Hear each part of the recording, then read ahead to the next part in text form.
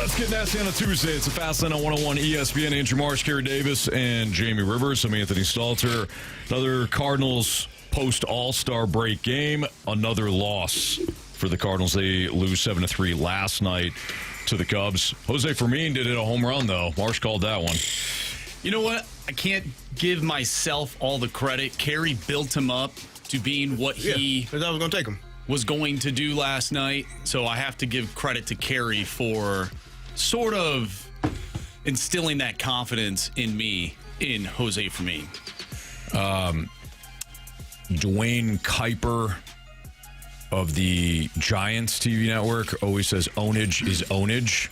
And CD, did you see Fermin's numbers against David Peterson too? Yeah, I did. Okay, all right. Well, ownage is ownage. Which is why I wanted to take it. That makes sense. The Terminator. Yeah. But Andrew Marsh here swooped in, and I guess when you're winning, that's what you can do. Mm-hmm. Right? You can steal. That tends to happen though. People steal others' ideas, and then they become rich and famous. Yeah, no, that's true. And then the people that had their ideas stolen, they're sitting there in the soup kitchen trying to get some food. Thinking about the Facebook. The Facebook. Right. Drop the. Make it clean. That was a big change, boys. It certainly was. So Marsh pulled some comments from Cardinals Twitter after the 7-3 loss to the Cubs.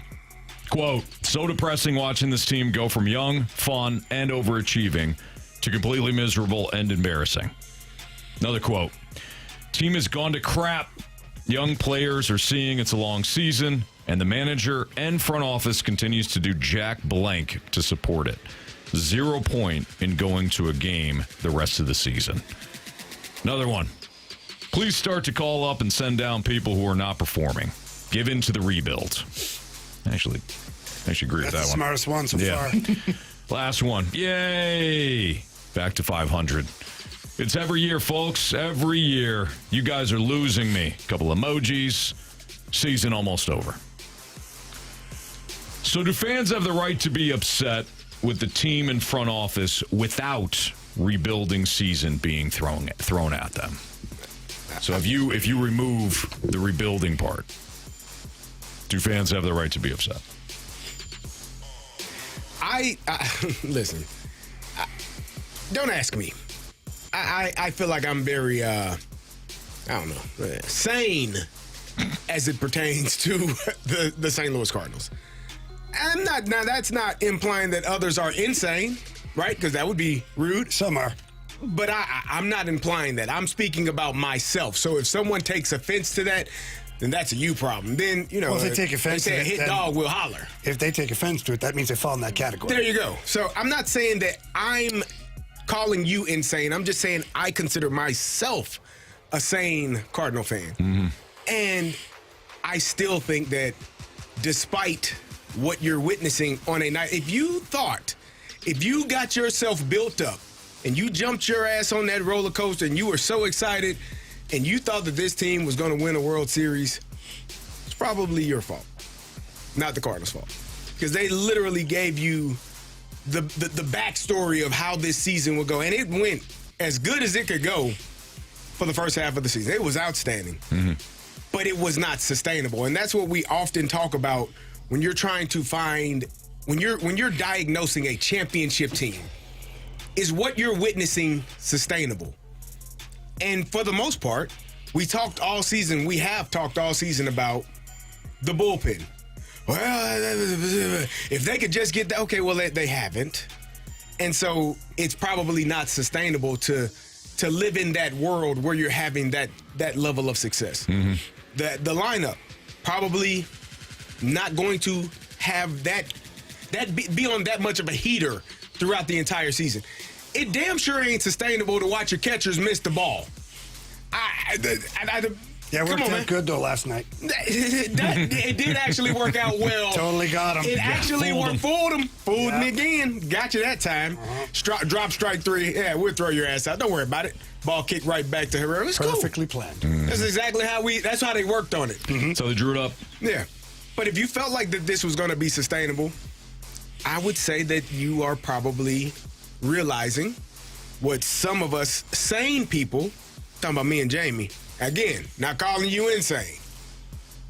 But I'm just saying the sane folks on this side of the room, you two fellas, probably a little bit insane. Me?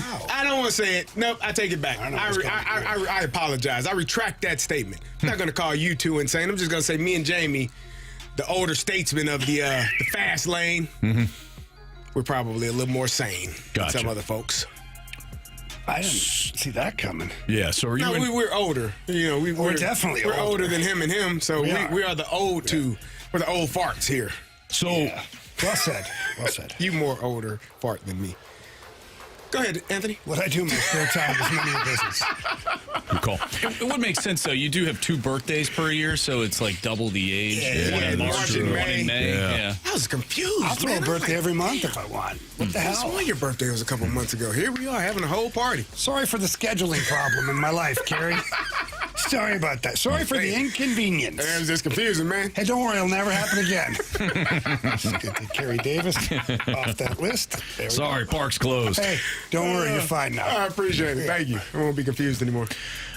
Carey, am I to believe that you're suggesting that I threw out there that the Cardinals were a championship team at any point?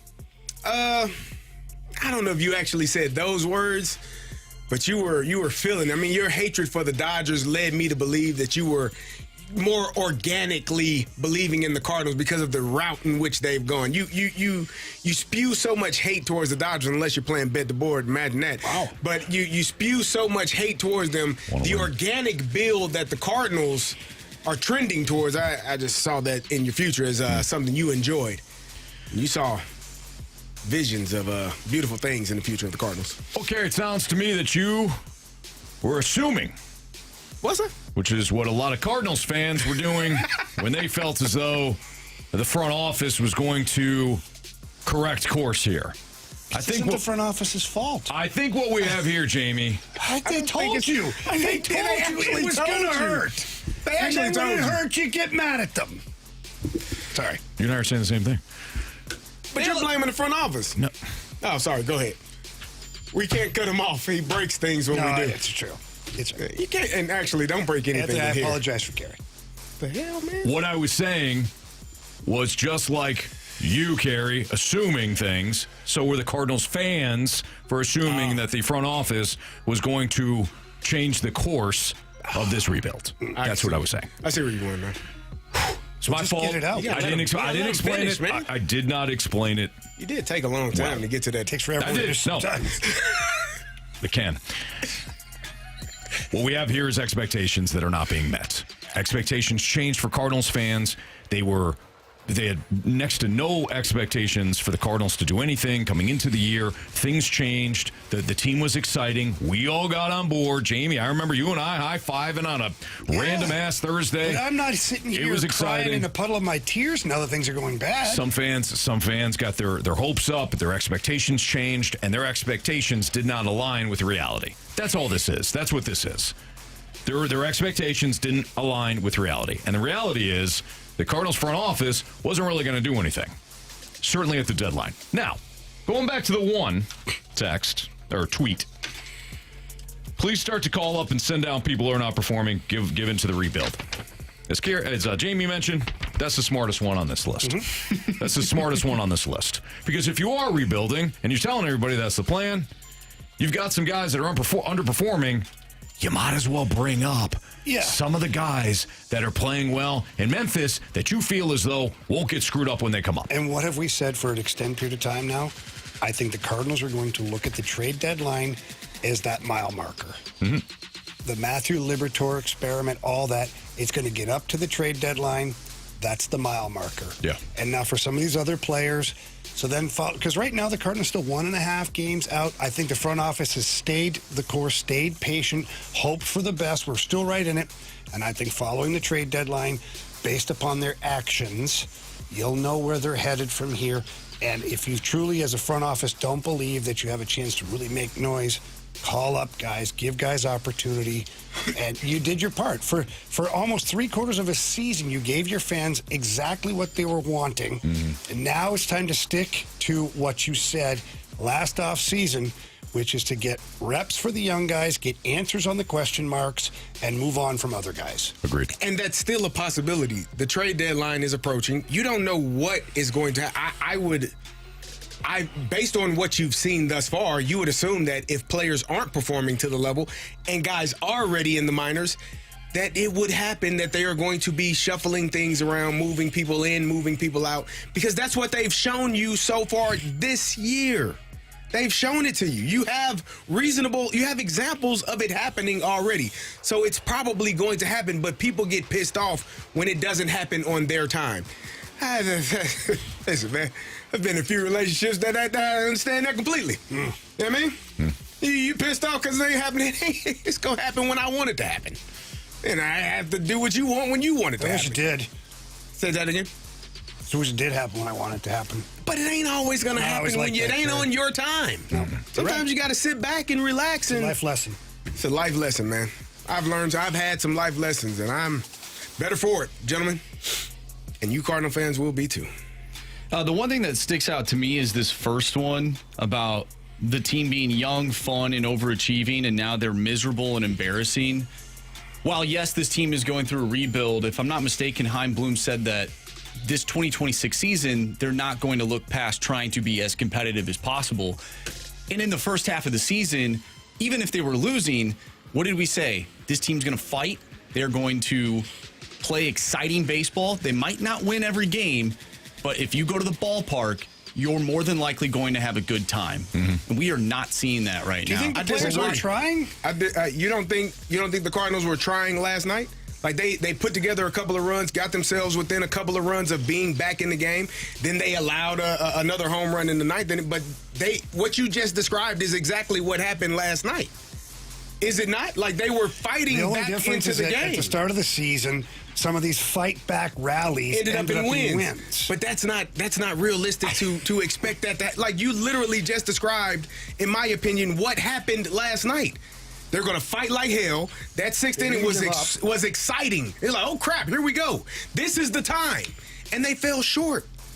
But what you just described is what happened last night, and it has happened over and over and over again. So the notion to be really pissed off, I find it interesting, man.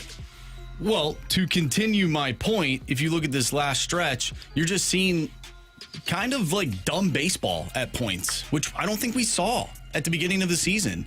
Like, how many times have we talked about missed balls behind the plate, plays in the field, calling a timeout twice and striking out? What do you think happens sometimes in any sport with a young team that is they've been pedal to the metal all season long? I understand there's going to be mistakes, there's going to be mental fatigue, mistakes. There's going to be mental mistakes. 100%. This is a reason why some of them won't be everyday major leaguers. There is a reason why some of them will be everyday major leaguers. I just think it's part of the process. Nobody wants to hear that. I get it. I totally agree. I understand what this team, where they're at in their life cycle of competition. I just think that for fans who are disappointed in this type of brand of baseball compared to a few weeks ago, I don't see why they can't be disappointed. What's the difference, the winning or the losing? It's the way that they're losing. So if they would have lost this way at the start of the season, and then let's just flip it on its head. Let's do it St. Louis Blues style. Let's be terrible the first half, and let's go out and play hard the second half. Equal parts, both of them, except you feel different. Right? So if this baseball would have been in early June and whatnot, late May, early June, but then the team take that record from the beginning. You flip-flop their season right now, you'd feel different. Yet you've watched the same product. Right, and in a rebuild, I would rather the team progress throughout the year. If they were going to be bad, I'd like to see some progression, not regression. That doesn't mean that they can't turn things around. There's still time left to do that. But I understand fans' frustration right now where they saw a team who was not supposed to be good take steps, and now they're taking steps back. I understand that is part of it, right? Like, progression is never linear. Sometimes it is for certain players in certain teams, but it's not always the case. But I understand why fans would be frustrated in a rebuild where you're asked to be patient and you're seeing a regression right now. Well, you still have to be patient, and you're not being patient. Because the regression, like water finds its level, right? Like that's the old saying. So throughout this season, the Cardinals, their actual results will find its level, meaning where they should end up is where they should have been to begin with. That's where you get the 162-game marathon. That's kind of where I'm headed. And it doesn't mean they can't turn around. It doesn't mean they can't have a couple of really good runs here. It also doesn't mean that every fan is going to look at the situation the same. I agree with that. So, there's got to be fans that really had their hopes up, and now they're disappointed. Mm-hmm. Their feelings are their own, though. Mm-hmm. They got to deal with that. Well, yeah, you're not accountable for other people's feelings by any means. And the Cardinals aren't. I do think some fans confuse like their favorite team and how they should be held accountable for how they're feeling. And if you're thinking to yourself right now, well, that's ridiculous. There's some people out there that are like that. Carey's one of them. It's Fastlane on 101 ESPN. So Jim Bowden. Yeah, I'm done with that. Okay. Bobby's brother. He was on BK and Ferrario earlier today. He made some comments. Is he onto something or is he missing the whole point? That's next on 101 ESPN.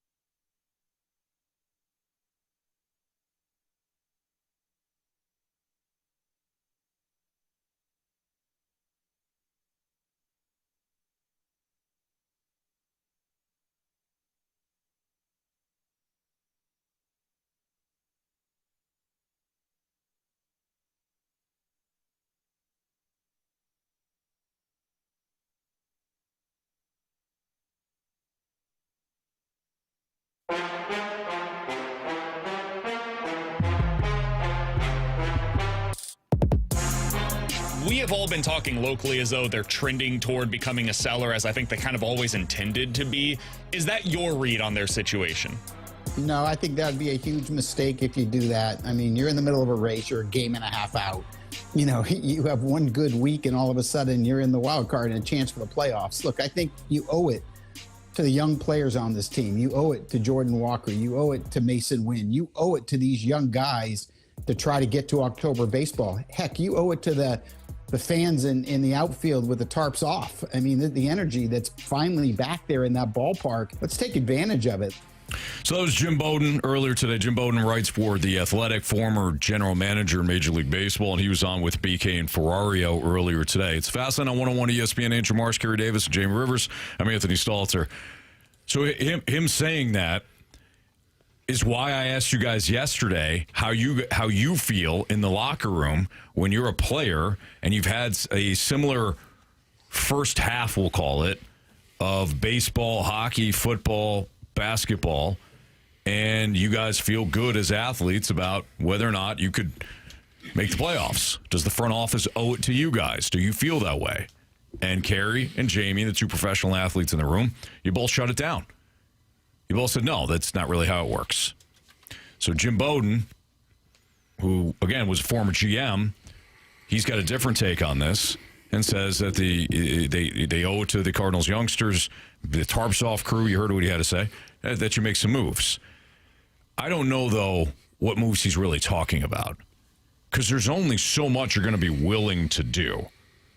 So why don't we get to this next cut here of Jim Bowden, again, on BK and Ferrario, on if the Cardinals have the pieces to sell.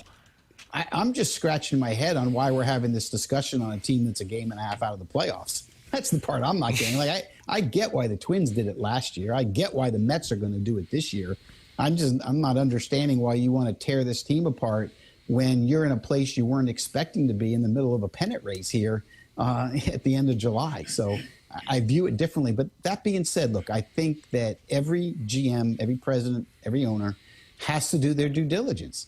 And I would listen on every single player and see if there was ever a deal put in front of me. So if someone wants to come get Dustin May or they want to come get my bullpen, I'll listen. I mean, if there's a trade out there that's going to make me better either this year or in future years that, to me, I can win trades, I'm always going to be open-minded to that. I mean, I know the Cardinals aren't in a position where they're anywhere close to Dodgers and Brewers level teams, and you've got a little ways to go to get there. But I like the progress that's been made. But I'd be careful this time of year not to knock down a team that's a game and a half out, because it not only costs you the rest of this year and costs you season ticket sales in the offseason, but you all of a sudden get the players pissed and upset, and all that goodwill that you're creating goes away really fast if you start to do that. So I'd be very careful, to be honest. Here, okay. I have a lot to react to everything this guy has said. I got two quick thoughts. Sure. One, the expansion of the wild card race has given the illusion that most of these teams are quote unquote in it. Yes, the Cardinals are 1.5 games out of the wild card race. They are also 53-53, have a negative run differential, and are 2-8 in their last 10. So that's number one. The American League and the National League expanding the wild card, which, by the way, I'm not criticizing it. I like it. I like more playoff baseball. Okay, but I'm not under the illusion that this hasn't created a situation where front offices are like, "Hey, we're in it. We're a contender." My second point, and perhaps this is more on the nose here, you have fewer sellers now. You have fewer sellers. Which means the teams that are buying are all going to compete for those selling pieces. It doesn't mean those pieces are better. It just means they're more coveted. So a team like the Rockies, the Mets, the Giants, if you go in the American League, the Angels, the A's, the Royals, if you're looking at those teams, they're going to be sellers, most likely. It doesn't mean they have great pieces. It just means they're the only ones selling. It's a seller's market. They can ask a king's ransom for their players. And you as a Cardinal team, despite only being 1.5 games out of a wild card, are still in the midst of a rebuild. So you are going to pay more for what the sellers are offering if you really want to pay it back to the players, pay it back to the Tarps off crew. Logically, it doesn't make sense. Mm-hmm. That's my thoughts. Jamie, take it away. I have issues with a few things here. One, you don't owe it to the Tarps off crew. Like this, I know I'm not going to isolate it, but you don't owe it to the players. What you owe to the players and to the fans and the organization is to build a consistent winner, not a hopefully a one-off. Let's hope. We're a game and a half out. Okay. So if you make some of these moves like he's suggesting, or you hang on to pieces and don't make moves because you're 1.5 games back, you might be in the exact same friggin' spot next year as you are now. Just like last year. We want to bring up last year's record at this time of year, close to, it's basically the same thing, but we find it looks different this year. Okay, fine. But where are you? You're in the same damn spot. So what he's suggesting of holding pat and not looking to improve this roster for next year, the year after, you don't owe it to Jordan Walker. What do you owe him? He's finally having a good season, the first breakout season he's had. Like, why do you owe that guy? Mm-hmm. Why do you owe anybody? You owe Jordan Walker, you tell you what you owe him, a consistent team. You owe him something that every year with his help, with the big bat, with what he's able to do, he's able to take to another level, not carry. That's Carey. No, I know, but different Carey. Not carry the team. Got it. And that's what's right now. You've got a handful of guys, or right now your top three. And there's guys that are carrying this team. Mm-hmm. So as far as everything he just said, I think he's wrong. And I don't want to be rude, but he's wrong. And for you, when you brought up to buy some of these pieces, you're right. It's going to cost you twice as much. So then, these teams stink, by the way. What would our fan base here in St. Louis say if we're giving up a bunch of prospects for a couple of guys to hopefully get us in, but then we fall short? Yeah. Now what? Oh, you went for it. How'd it work out? It didn't. So now we're behind again. Right. Yeah, I think your objective as an organization is to evaluate where you are realistically. Mm-hmm. Look at the landscape of what's going on in the National League, where you sit now, where you see yourself sitting in a week's time, and what's the best path going forward for 2026, 2027, 2028. Like you can't just focus on. And it's so weird, right? Because I've heard for years people being pissed about the just get in motto, right? Right. But now all of a sudden, why aren't you just getting in? Which one is it, brother, sister? Like, you've been pissed off for years about, well, all they do is just get in. Well, just get in. Be patient, just get in. And now you just want them to get in? Mm-hmm. Like, it's an odd mindset to go with when you're listening to what people have to say. If I'm the front office, I'm focusing on what's best for our team. And guess what? In 2 years, when this team is in the place that they believe that they should be in, all the people that were complaining, they ain't gonna have nothing to say. They ain't gonna be, well, but I know this damn World Series run is fun, but 2 years ago, you guys pissed me off. Shut up. Right. Nobody's listening to you, and you're not even saying that. Mm-hmm. So your job as a front office, Heimblum, his staff, scouting, development, all of those people that are there is to put the best team on the field for this year and also manage how you're going to move forward for the next years to come. And if that means that an opposing team is willing to offer you something spectacular for Dustin May, oh, cool. Somebody's going to give you something for JoJo, not a problem. If you feel like you moving Matthew Liberatore to the bullpen is the best for him and for the team because maybe Quinn Matthews is pitching his butt off in the minors and you want to give him an opportunity, then you do that. But if you don't feel like all of those moves are the correct move, then you do what you've been doing and you just go out there and hope that these guys continue to play well. And if they don't, eventually they will be replaced because that's what sports are. That's any field. If you go to work every day and you stink and don't perform properly at the level that your boss expects you to, expect to be fired at some point. And I would say professional sports is probably even greater on that level than anything else because there are so many people that think they can do your job and want to have your job. So there's not a lack of people trying to replace you. in professional. There's a pitcher in the minor leagues looking at Matthew Liberatore and licking his damn chops. Like, I hope he keeps stinking it up. Man, I hope he keep going. Give up 8. Give up 9, Matthew. Go long, yeah. There is one. And if Matthew Liberatore keeps performing and guess what? Matthew Liberatore knows that as well. There's a young person wanting to take his job. There's not a lack of people that want your job. So at some point, if you continue to stink it up, you lose that opportunity. Have we gotten there yet? Maybe the fans feel so, but maybe the Cardinals don't.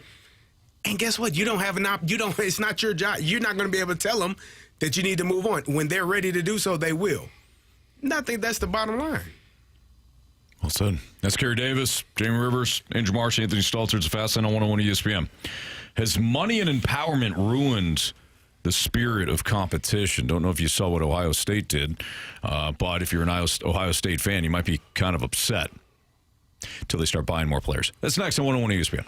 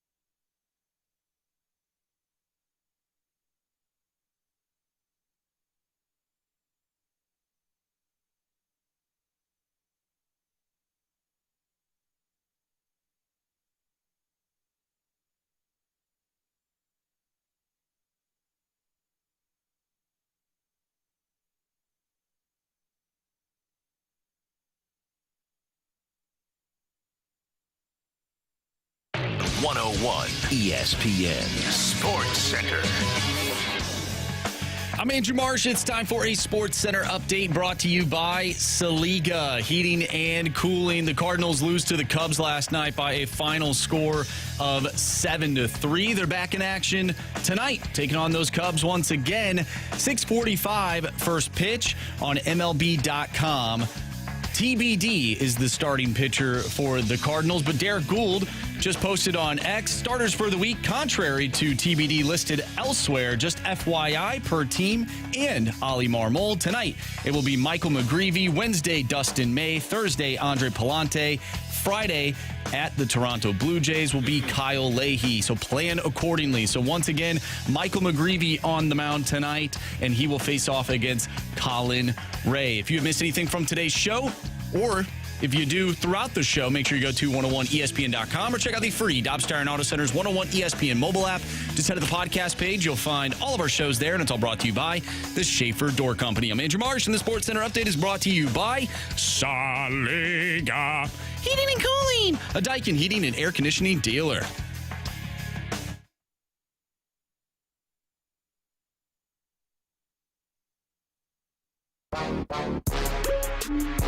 many times in your coaching career with the NIL world has somebody come into your office and said, I want to be paid more?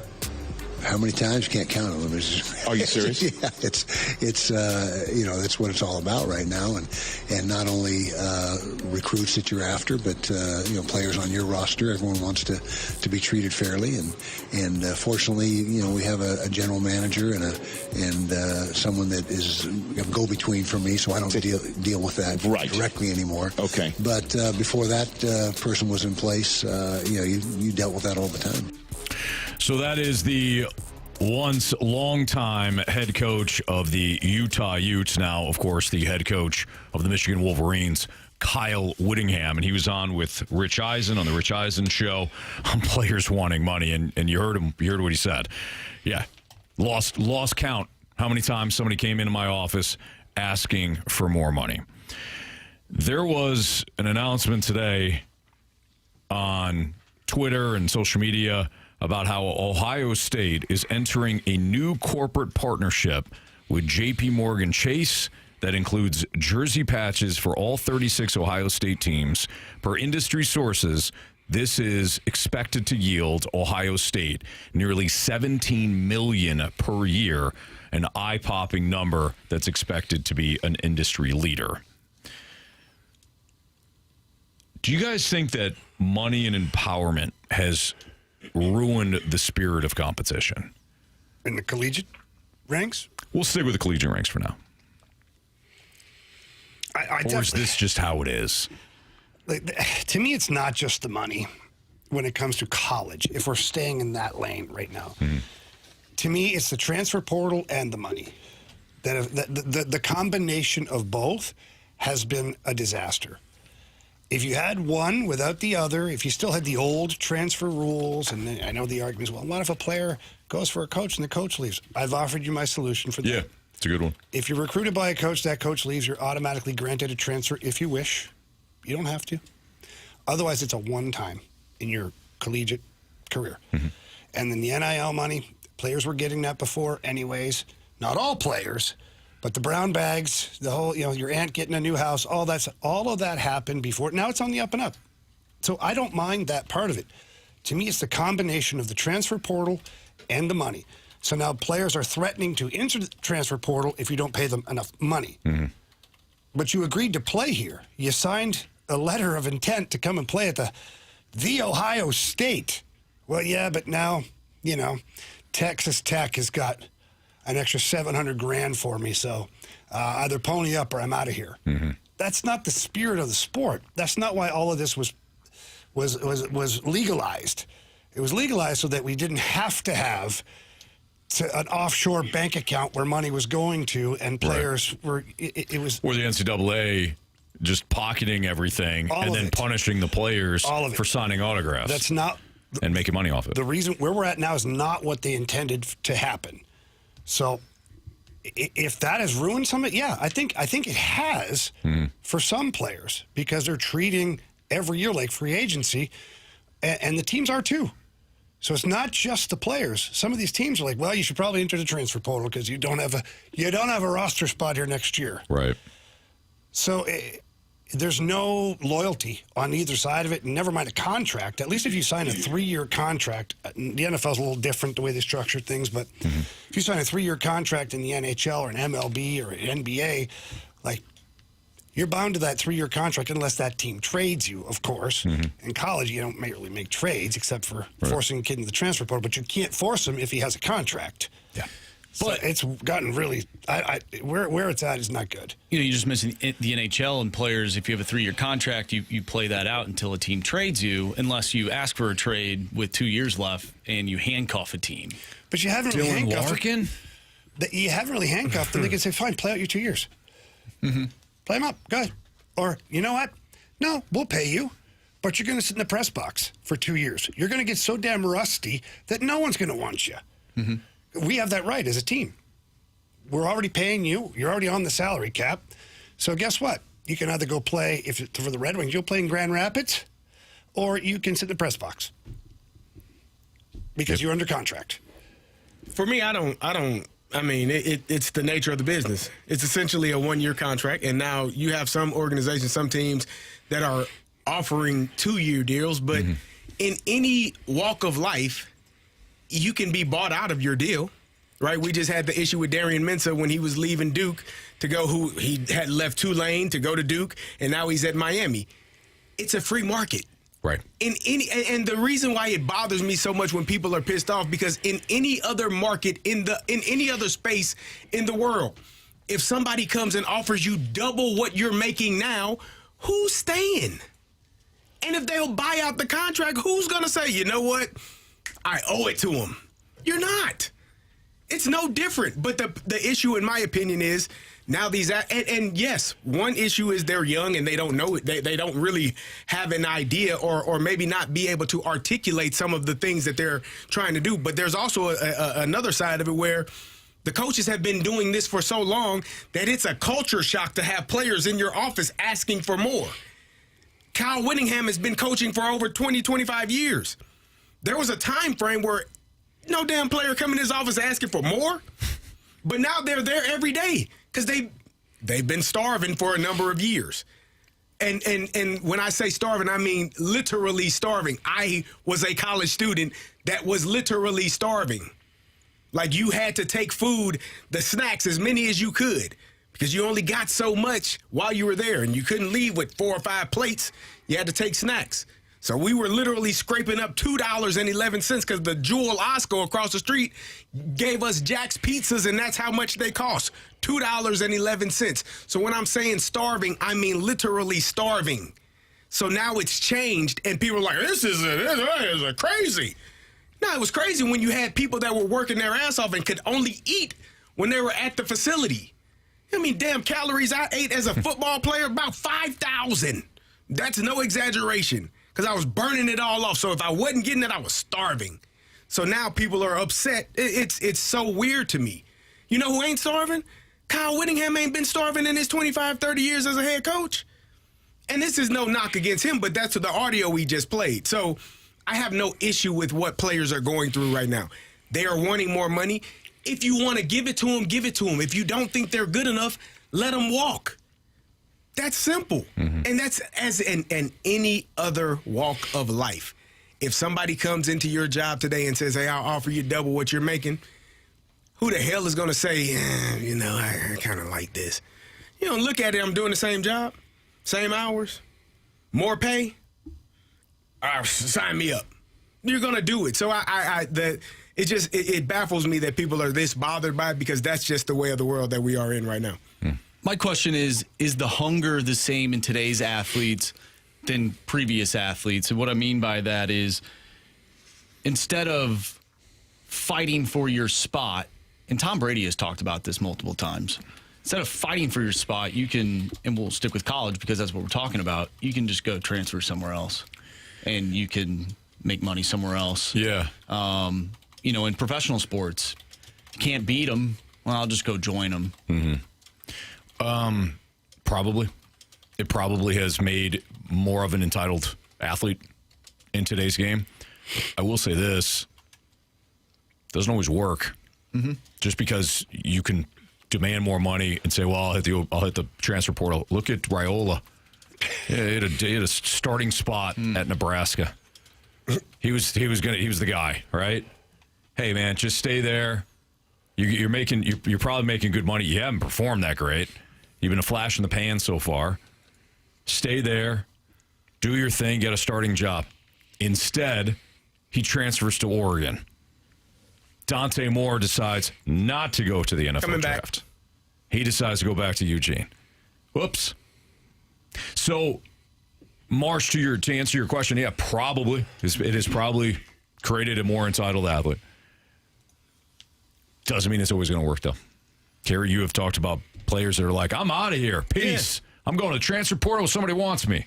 And then they sit there. And nobody wants you. And nobody wants you. So, but we don't talk about those kids. Right. Right. We don't talk about the kids that enter the transfer portal that are on full scholarship, that might be making some NIL money, that want more money, go into the portal without having a place to go, and they sit there. And then they end up transferring lower levels and not getting what they had before. You still might have a scholarship. You might have to pay for it now, whatever the case may be. But there's also that aspect of it as well. Like those people. Feel bad for those kids? No. But why would we be pissed off at the ones that are getting paid? I'm not pissed off at the ones getting paid. Well, why do you want to stop them from getting paid, or why do you want them to I want them to not get paid? You want them to not be able to transfer when they want to? Yeah, correct. No, incorrect. No, it's correct.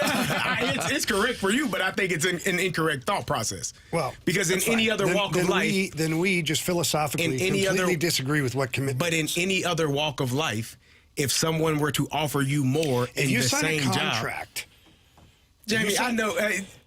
Okay, I know you. What? I know you well enough. I know your business brain will not allow someone to pay you less than what you feel like you're worth. I'm not asked to be paid less. If someone offers you more, if I sign a contract where I have a legal agreement with any business that I do, but that's a 1-year deal. No. Yes. No, not for me. I'm talking about for the college kids. Yes, it is. I know. I'm trying to protect them, Carey. You're looking at me as the evil empire right now, and I'm trying to protect these kids. Not giving them no money, less money. No, you're not listening. It's okay. How are you protecting them if they are listening? If they're offered more money? I said from the beginning of this segment, I'm okay with the NIL money. Okay. So let's ignore that. Okay. I want them to be paid. What I don't want is them lily pad jumping like a frog, just every year to a different program. Inevitably, something wrong could happen. Like you're talking about, stuck in the transfer portal, you go to a team that has no allegiance to you, all of a sudden, and this NIL money currently for the players, a lot of it's not under contract. We found out from a number of coaches, it's kind of like a coach's decision or the GM's decision as they slice up the pie. So we've seen players go to teams or be a part of it, be promised, and not get it. Correct. What I'm trying to say then is the transfer portal can be, for each athlete, I'm okay with it for one time in your collegiate career. Because then the teams are also bound to you financially to honor their side of it. That's all. Just like if I do business, like when I book my rinks for hockey camps, there are certain rinks in town I have a 3-year contract with for specific amount of ice times. I'm bound to that, and so are they. Mm-hmm. So if the new Car Shield rink goes up, and I'm like, screw you, rank X, I'm going to go rink X. How long was your deal? That's my point.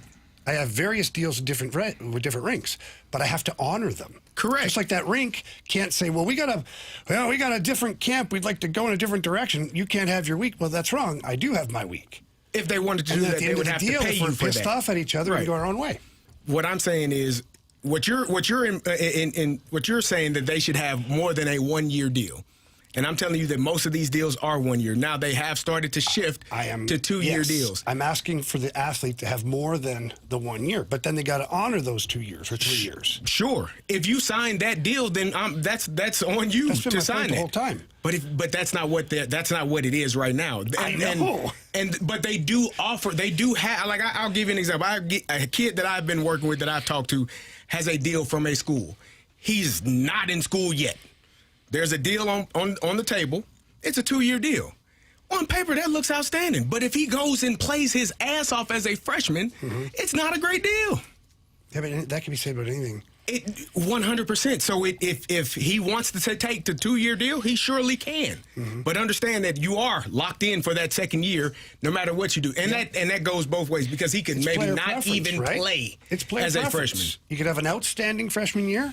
And then he's like regretting, oh man, I wish. Correct. Or he could have a terrible freshman year and then be thankful. Which is why most of them are doing 1-year deals. And that's fine. If they're betting on themselves, then great.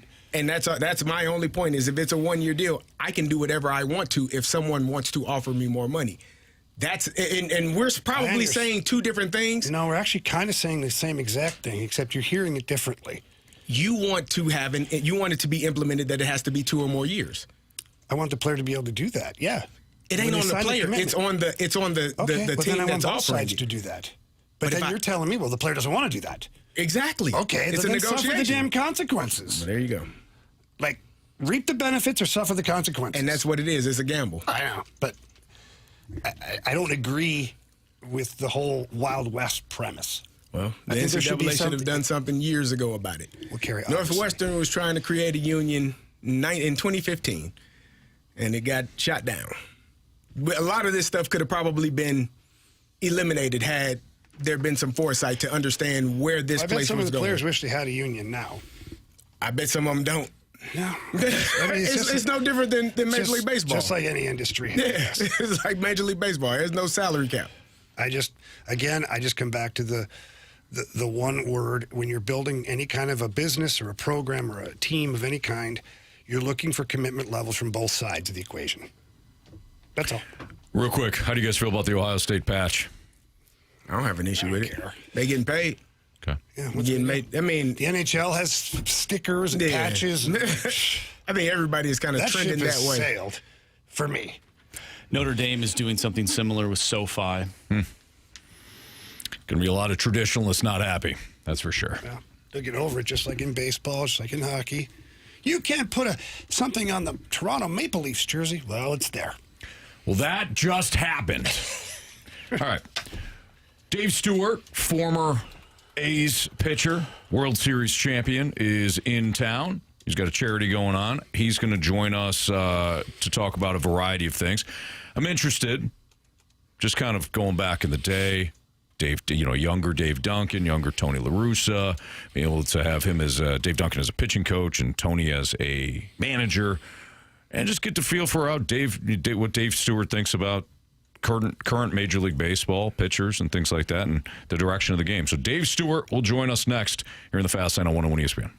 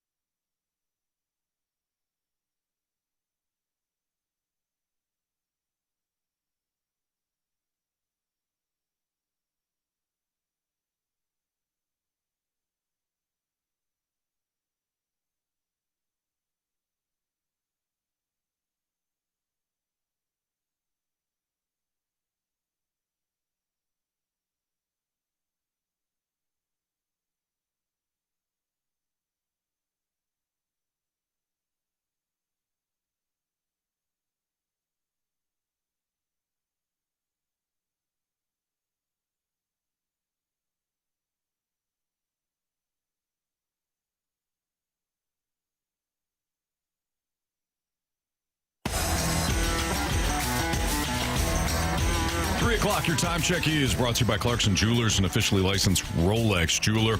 So you can join Hall of Fame manager Tony La Russa and MLB legend Dave Stewart on this Friday, July 31st, starting at 6:30 with Tunnel to Towers Foundation at the Ann Briar Golf Course for the Golf of America Freedom Golf Classic, which supports Americans, veterans, first responders, and their families. And Dave is expected to call us, or we're expecting him to call us at some point, Dave Stewart.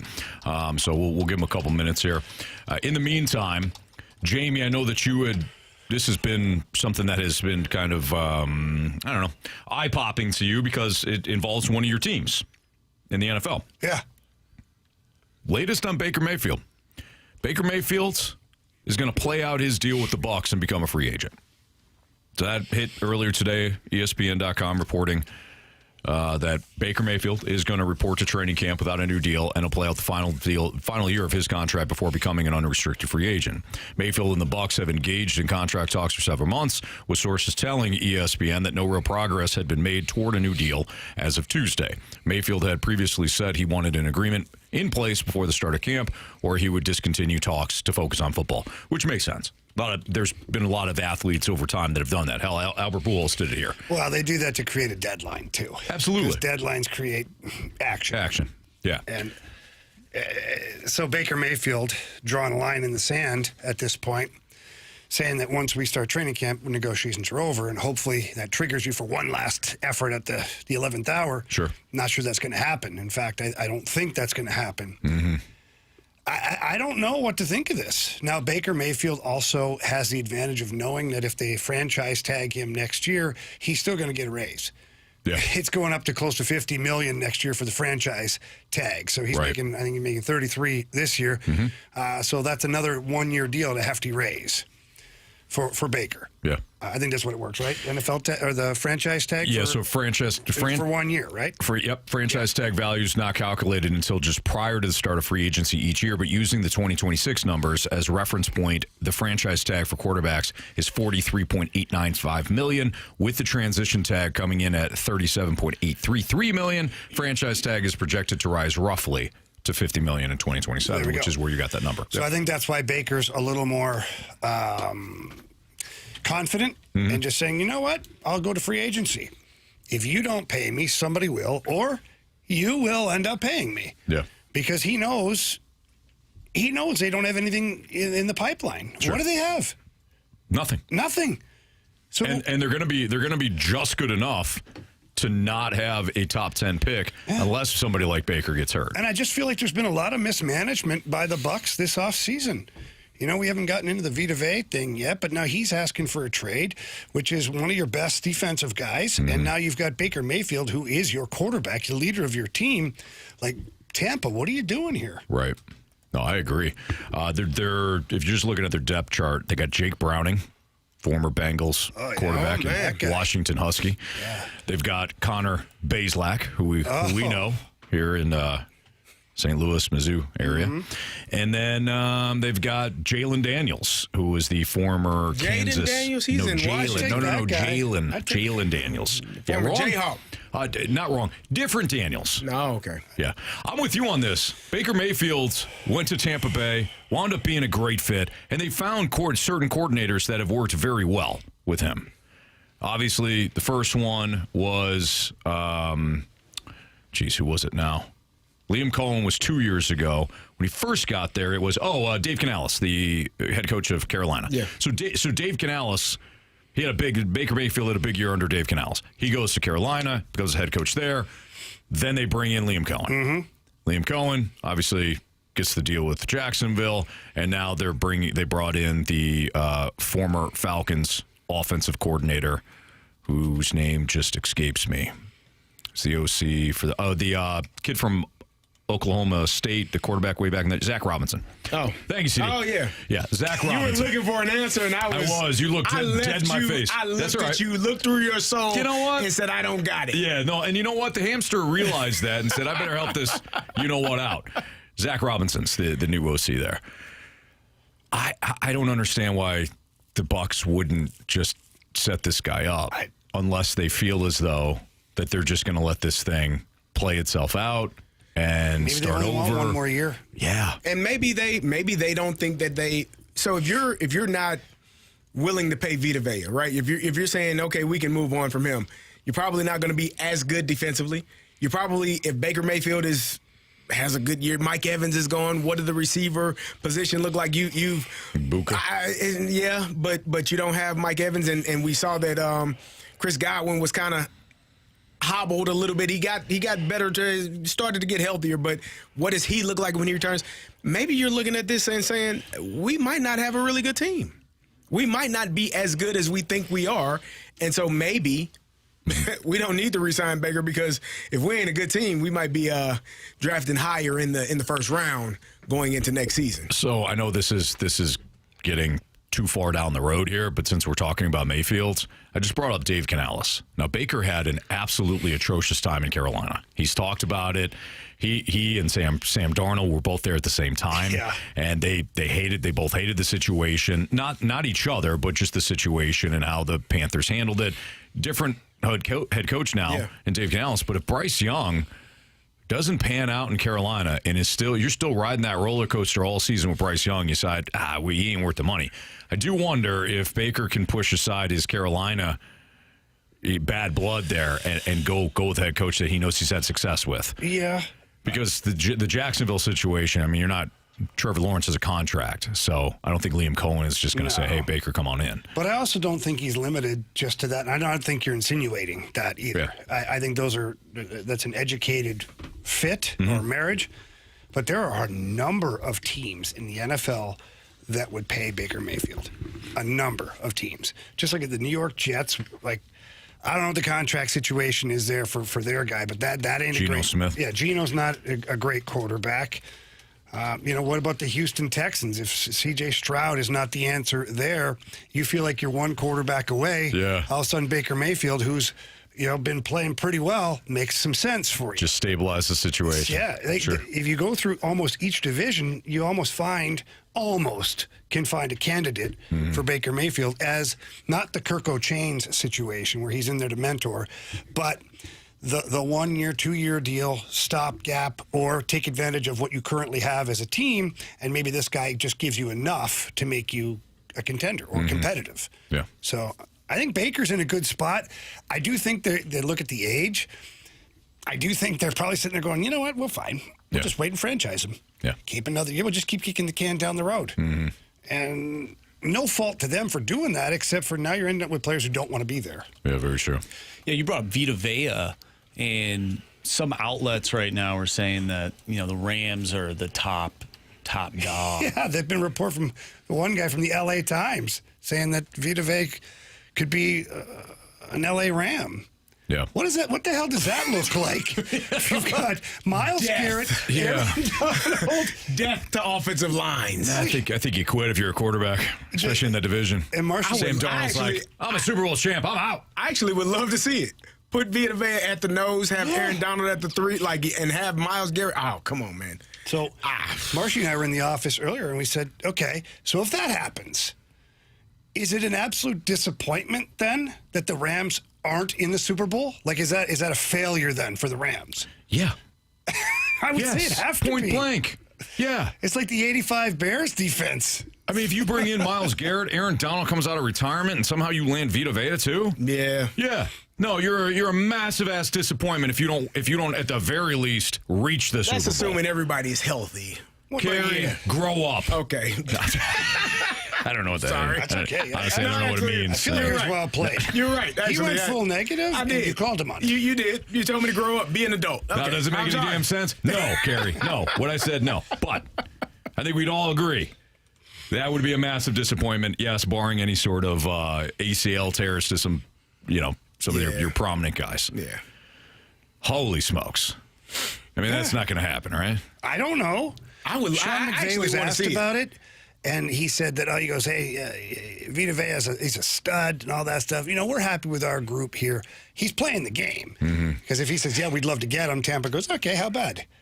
How much do you want to make it hurt for you to? So, but I think Sean McVay, he was on Kay Adams doing a little interview there, and he kind of lit up a little bit, but then kind of put the flames out. Sure. Just enough to keep it negotiable. Sign me up, man. They got dudes over there. You don't even have to worry about secondary. Take a day off. Mm-hmm. Yeah. You don't have to cover anybody. The Rams gave the Seahawks hell in that NFC Championship game in Seattle last year. Had every opportunity to advance, and if they would have gotten past Seattle, I feel pretty confident they beat New England in the Super Bowl. So it's not like this Rams team absolutely needed Myles Garrett to make a run at the Super Bowl. It's just that he's put them over the top now. So again, circling back to your question, Jamie, about whether or not it's a failure if you don't advance to the Super Bowl. 100% yes. All right. Dave Stewart must have got caught up. Don't know what happened there. It's all right. Again, you can find the information at 101espn.com. If you're interested in going to the Tunnel to Towers Foundation for the Gulf of America Freedom Golf Classic, supporting Americans, veterans, first responders, and their families, Tony La Russa and Dave Stewart will be there. So, again, you can sign up at 101espn.com. We got a lineup for tonight's Cubs game, so we'll play the lineup game next on 101 ESPN.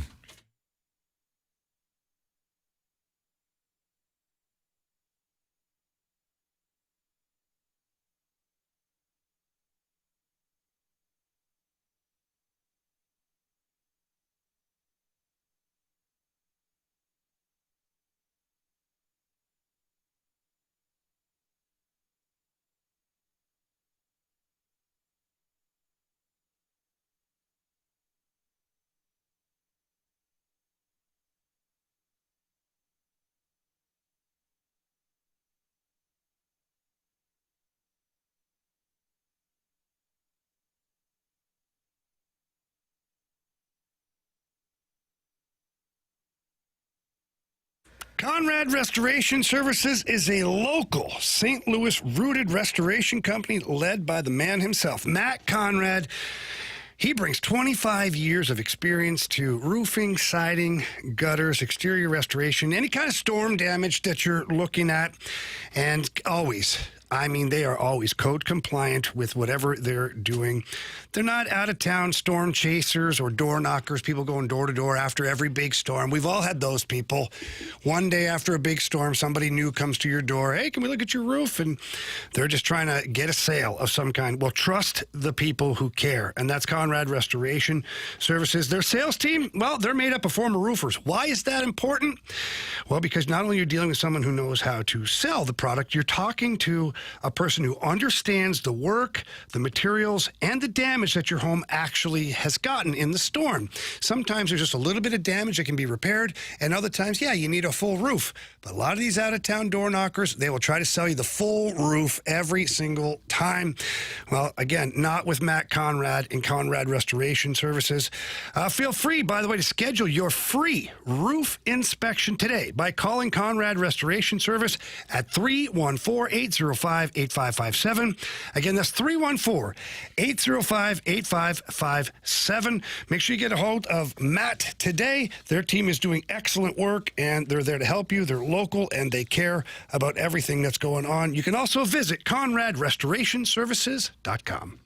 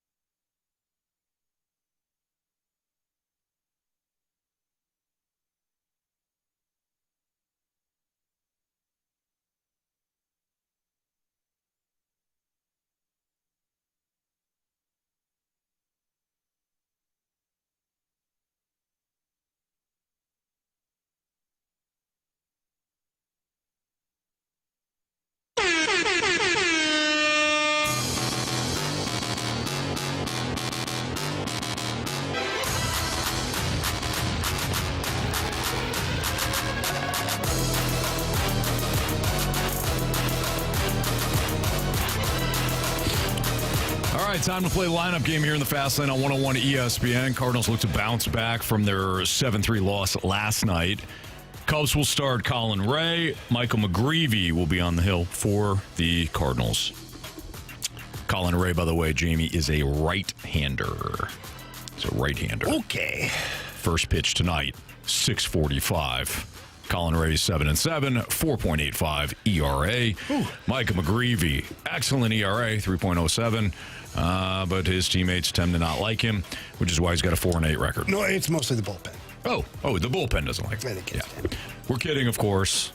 No inside information on that. No.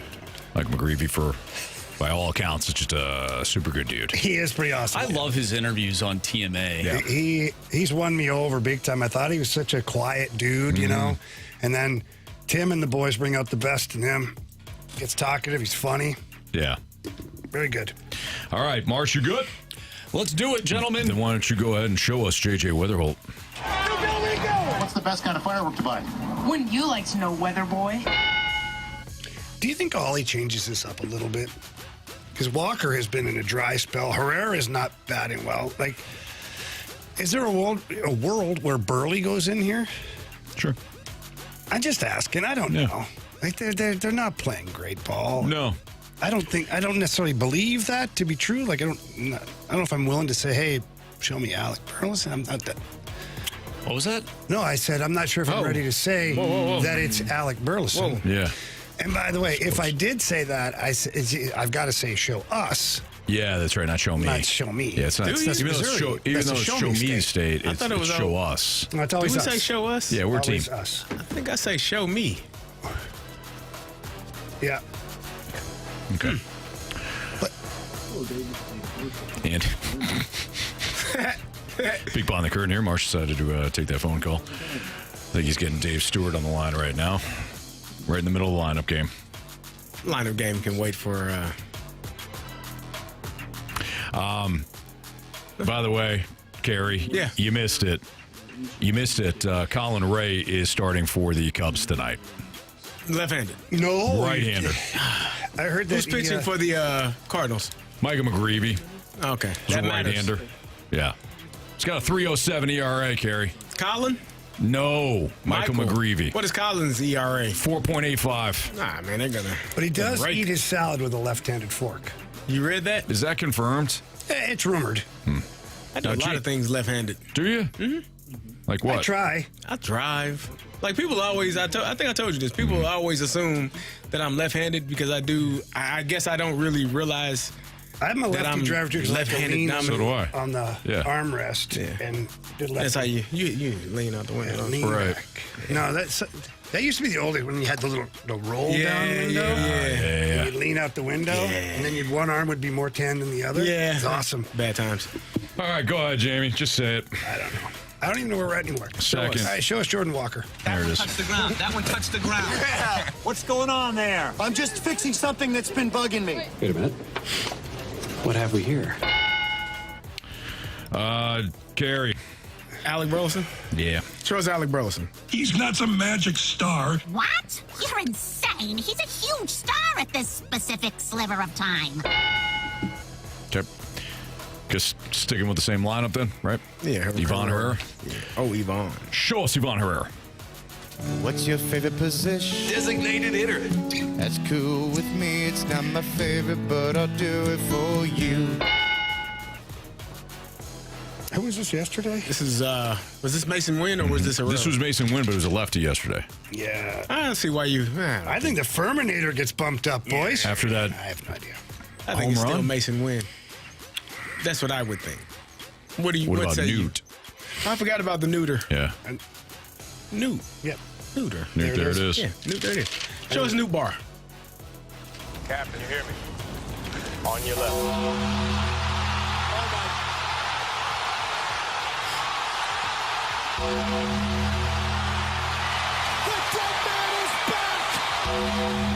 I think this is our guy, Mason Wynn here. What do you think? 6? Yep. Show us Mason Wynn, please. Shortstop. That's right. Now and forever. Forever and ever, shortstop. We aren't in the top 10. Wait. This is bull. He's the best in the business. Best arm in baseball. So against right-handers, this has been Nathan Church. Yep, go for it. All right. Show us Nathan Church. I believe in the Church of Baseball. I've tried all the major religions and most of the minor ones. Okay, so I would imagine that Herrera's not catching. Why? Well, just because he caught last night. Catcher can't catch 2 days in a row, Probably man? not. Jimmy Crooks, Blaze, probably yeah. your guy. Catching, This is right-handed Blaze pitcher. here. I'm just trying to figure out if Crooks You're is working gonna be- backwards. I get it. Yeah, I'm just talking. Okay, so if we think Crooks is 9, I think this is Blaze here. We need a third baseman. But the Furminator yeah, I can't was come about out to of the say, lineup. He Furminator. had a good day. You know what I said He yesterday, had a right? good day. I said yesterday, and I quote, as long as Ollie is the manager, the Furminator doesn't come out. I said, I think take the ball and run with it, and you all looked at me like I was crazy. And then he did take the ball with her and run He with did. it. Right Ran all the way out to the home. bleachers. Yeah. I would say this is Jose for me. I'm with you. You want me to do it, or do you want to do it? You do it. He's going to be mad if we're right. He is. I'm Show us not. Marsh, show us the Furminator. Hello, local utility. Good job, fellas. He's so upset right now. So pissed. He's so I'm upset. a team He's player. got that feeling in his chest where he's angry, but trying guys- not to show it. You guys have no clue, man. We know that. Well, I mean, Not really groundbreaking. that's not fair. Go ahead. Show us, Jimmy Crooks. Who are you? Nobody. No. I know you.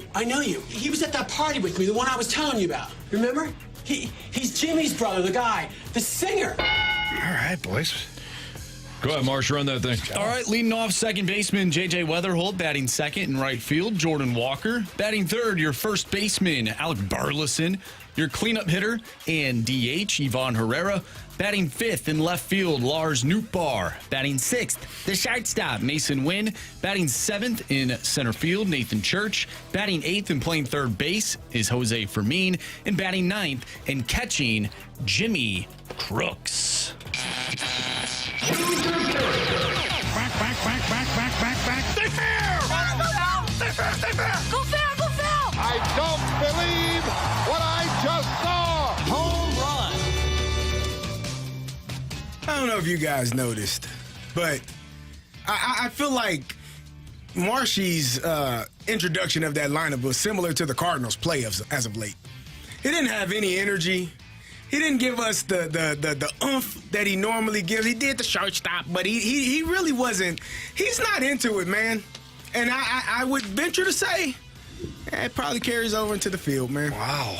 This is how it's been going. Are you blaming Marshy I'm for not the blaming Cardinals play or the Cardinals I'm play blaming for them Marshy being for upset? Marshy's effort in that announcement of the lineup. Give me Jordan Walker. There we go. Yeah. By the way, Marsh has 23 points. I have 19. Come Jamie on, with 13. Carey with 9. I'll take Burley. Should have 12. Jamie. Who did Marshy take? Oh, he took Walker. Jordan Walker. You didn't hear all that excitement? I thought he was doing a lineup game. Enthusiast. Yeah, give me J.J. Weatherholt. Good job, guys. It's too early to start taking players off the bench, even though I've done it.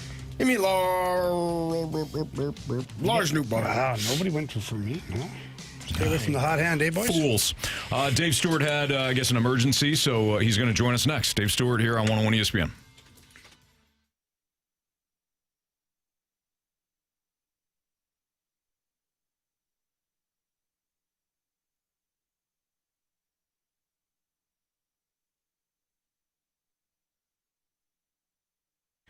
Anthony, I know you probably already went this week. I go tomorrow too. Dang. Yeah, you feeling good, I'm sure. Damn I right. go tomorrow. And we talk about it all the time. Mentality has 2 great locations, one in South County where you go, one in Chesterfield where I go. And the plan is simple, Anthony. They figure out what's going on with you, and they try to get you to be the best version of yourself. Now, you can't make you 25 again, but you will feel the energy that you may have lacked, the drive to continue to do the things that maybe you struggled doing, finishing out your work day, helping with your kids around the house, maybe doing some activities with the kids where normally I know I would be ready to shut it down at the end of the day, but now I have all of this energy because Mentality does a great job of providing that. Yeah, I feel the same way, CD. And the thing is, it's amazing how things kind of fall into place once your health comes into play, right? All of a sudden, after you've been eating poorly and not going to the gym and being lazy and not feeling like your best, but your mood's all over the place, you go to Mentality, you unlock the program, you realize that your testosterone levels can impact a lot of things, including your mood, including your energy, and you start cooking right and start meal prepping, you get back into the gym, and all of a sudden, again, things start to fall into place for you. Yeah, they'll run the 100-point blood panel, figure out what exactly is going on with your body. Could be testosterone that you need, could be peptides, could be vitamin D, a multitude of things that they'll figure out exactly what your plan is specifically for you and get you geared up and get you ready to go. So if you can't go into the location personally, go online today, and that's lowtusa.com, lowtusa.com, and that's Mentality.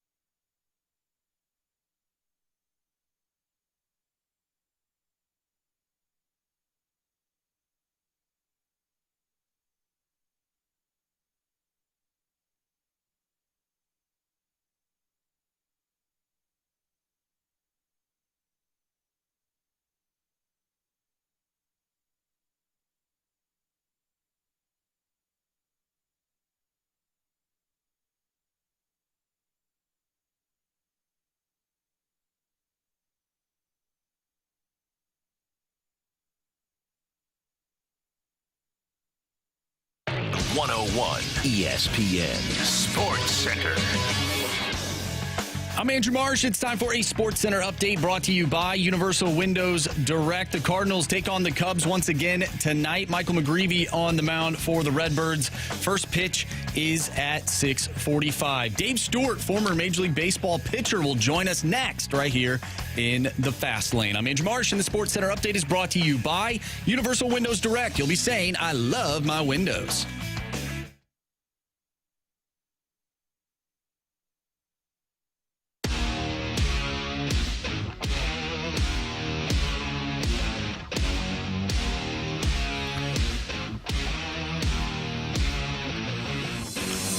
It's a Fast Lane on 101 ESPN with Super Bowl champion Carey Davis and former NHL defenseman Jamie Rivers. I'm Anthony Stalter, and let's head to the Collier and Thompson phone line, where we're joined by Dave Stewart, 3-time World Series winner. Somebody that pitched for our guy Dave Duncan and, of course, Tony La Russa, and somebody that has a very special charity coming up on Friday for a very special cause. Dave, we appreciate you joining us today. How are you? Oh, man, I'm doing well. Thanks for having me on. Oh, it's our pleasure. And before we dive into some of the things that we have today, what's going on Friday? Because the cause is absolutely fantastic. Oh, shoot, man, we're going to go out and raise some money for a well-deserved cause. You know, we've got our veterans and we've got our first responders, and, you know, the people that really take care of us and make America a safe place to live. And so we're going out, we're going to raise some money to help those causes. And I think that it's a wonderful effort on our part to try to do the best that we can for people who put their lives on the line for us on a day-to-day basis. Yeah, so you can find all the information at 101ESPN.com, but you can join Dave Stewart. You can also join Hall of Fame manager Tony La Russa as well on this Friday, July 31st, starting at 6:30 with Tunnel to Towers Foundation at Ambrier Golf Course for the Golf of America Freedom Golf Classic, supporting Americans, veterans, first responders, and their families. Again, you can find all the details at 101ESPN.com. Dave, I want to go back here to a couple of baseball memories because I have a very specific memory of watching you play. I was a young 18-year-old kid playing hockey up in Sudbury, Ontario, when the Toronto Blue Jays won the World Series in 1993, and Joe Carter hit that bomb to win it. It's an epic moment for me watching baseball, but for yourself, you know, can you talk about that series and then maybe about that moment specifically when Joe Carter won it? Well, talk about the series. You know, I just left the Oakland A's after the 92 season and come to Toronto, and I went there specifically because I thought that team would have a chance to win. You know, we had, you know, Joe Carter, as you just spoke about, but you know, the group of players on that team, Jack Morris, Pat Henkin, you know, Paul Molitor, Olerud, Alomar. I mean, we had a really, really good baseball team, and I thought we'd have a chance to win. And, you know, we got in that moment, and you know, Philadelphia Phillies weren't an easy team to play against or ultimately beat. I mean, they're a very good baseball team, a tough group of guys, and they didn't go easy.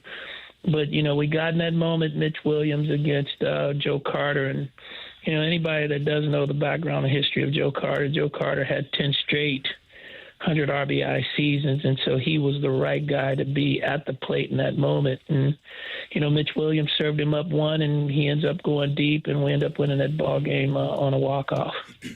Well, Dave, you mentioned Oakland. That's where you were before that, and I was a huge Oakland Athletics fan. You all had some great teams, went to 3 World Series back-to-back, went 1 and 2 in those, but you had some outstanding teammates, some of the greatest players, in my opinion. Ricky Henderson, one of my favorite players to watch growing up. Tell me about those times in Oakland in the late 80s and early 90s. Man, it's tough to describe, you know, those teams. I mean, we had some great characters, and you just named one, Ricky Henderson. You know, people you talk about his talent as a player, and obviously he's a Hall of Famer, but he was a great teammate and one of the funniest human beings that I've ever been around. But then you add in a Dave Parker, who was on our '89 championship team, another character, but a great presence in the clubhouse. You know, Dave Henderson, once again. You know, I can go on and talk about the presence that we had in the clubhouse, the guys that were leaders in our clubhouse, Carney Lansford, you know, Dennis Eckersley at the back end of the bullpen. Our rotation was Mike Moore, myself, and Bobby Welch were the front three. It was just a beautiful time to be in Oakland and to play for that ball club and to play for Tony La Russa and Dave Duncan. It was just an unbelievable group of players that were put together. Now, I was looking at your stats and saw that in 1988 you had 14 complete games, one of the tops in Major League Baseball. Would it surprise you if I told you that there are only 12 complete games thrown in all of baseball by all of the pitchers right now? I would not be surprised by that at all. How do you feel about that, looking at like the body of work that you all put in when you were playing in comparison to guys going 6 innings and getting paid tons of money? You know what? I got to be honest. When you said 12 to this point during the course of the year, I was surprised that they were 12.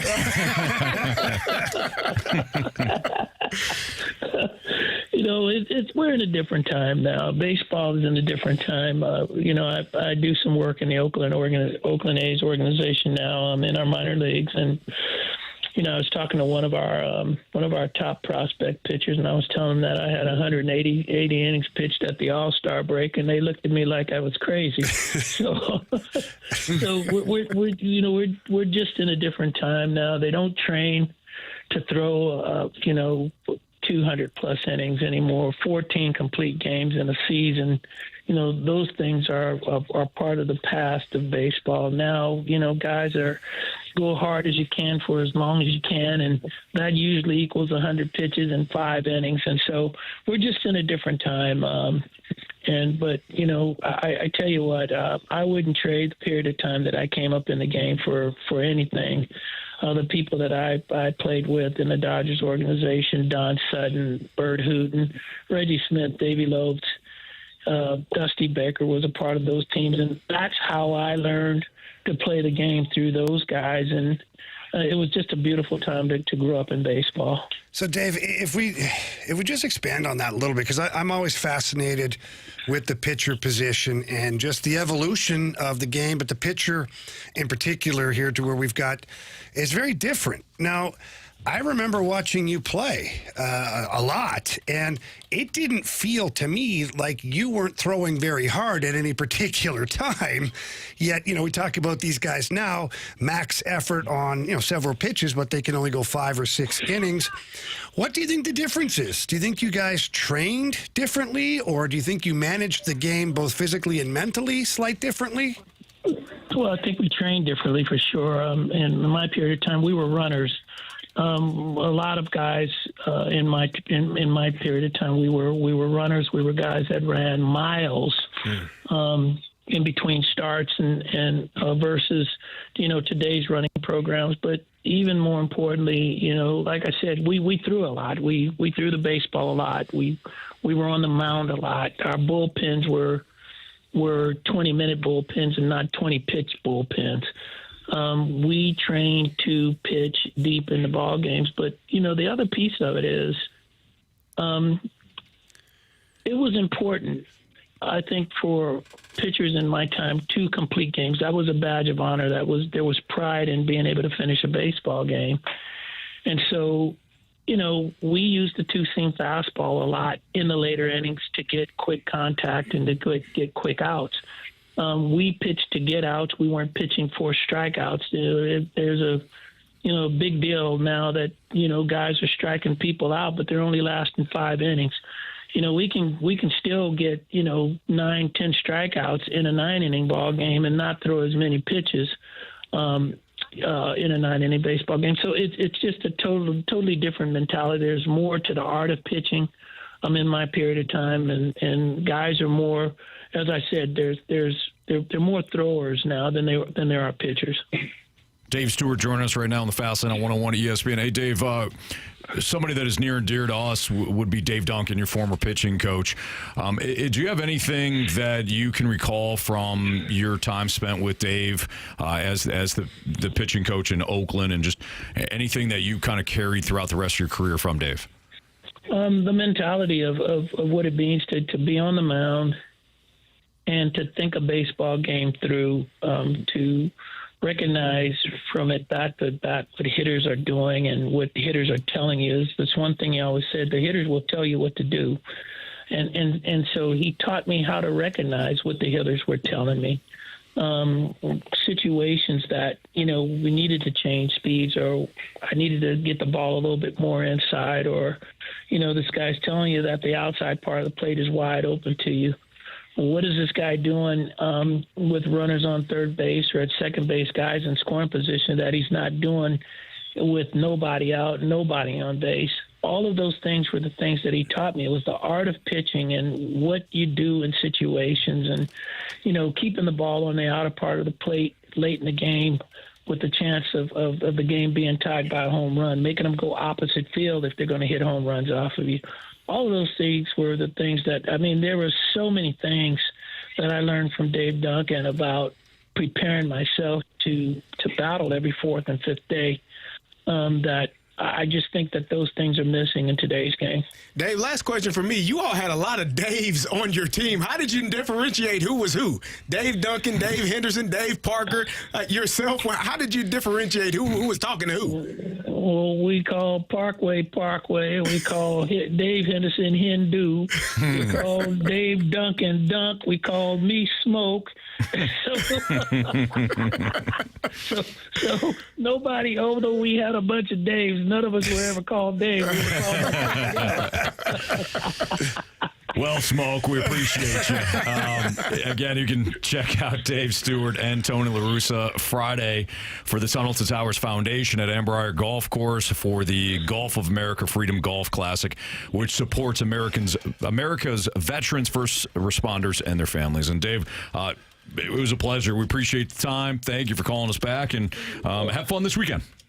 Yeah, for sure, Ben. And, just one last thing. I mean, we've talked about baseball, and baseball is a beautiful thing. I mean, to be out on the field and be able to play the sport and entertain people. But, the veterans and the first responders and, the families of those guys and the sacrifices that they make, we can't even measure that. And so if there's any way or anyhow that you can be supportive of what we're trying to get done on this upcoming Friday, we applaud it, and we hope that you will. Well said, Dave. Thank you so much for your time. All right, you guys. Thank you for having me. Our pleasure. Thank you, Dave. All right, that's Dave Stewart, three-time World Series champ with the A's, the Dodgers, and Mama Rivers Blue Jays. Yeah. So great stuff from Dave. Yeah. What a great interview. I love talking to some of the game's greats, in whatever sport it is, and just kind of hearing the way they approach things and then the way they view things now. And I thought it was very good stuff. It's just interesting listening to him talk about, pitchers now and kind of the regimen that they have, whether it's a 20-minute bullpen session for them versus a 20-pitch bullpen session that they go through now. Just the amount of the sheer volume that those guys had to deal with, how many pitches they were throwing and how long you had to run to stay in shape. It's vastly different, and I wonder at the end of the day, like, which one is more strenuous on your arm? Like, which one... Get out of my head. Which one hurts more when you're done? Is it overexerting yourself to throw 103 miles per hour, or is it pitching for 9 innings consecutively? Like, when you're done, whose arm is hanging the way you're lower? Training, right? Yeah. The way they train, I wonder if they're still missing something. So if you take Dave Stewart, for example, or any other older pitcher that we've talked to over the years, I feel like they threw the ball more. Yeah. So they built up, that endurance in their arm. But then the argument is, the guys throw so much harder today. Maybe per pitcher they throw harder, but Dave Stewart threw the damn ball pretty hard too. Yeah. Yeah. Roger Clemens threw the ball hard too. Randy Johnson threw the ball hard. And those guys were pitching complete games. Yeah. So I don't know. I think max exertion is the one that you feel the arm more. I don't know. More fatigue at the end. I could be wrong on that. But I mean, you think about even weightlifting, right? You go heavy. It's everything I got, and then you got to do it again quickly. Yeah. In baseball, when you're lifting, a lot of times you could take a couple of minutes off, and the longer that you wait, your body recovers. And then you can do it again. In baseball, if you're throwing max velo on every pitch, everything you got, and I'm not just talking about throwing fastballs, but just that sort of exertion constantly, I think it's going to wear you down. I was going to say, when you're done, though, like when your career is over, like I would want to know a study of whose arm feels the worst.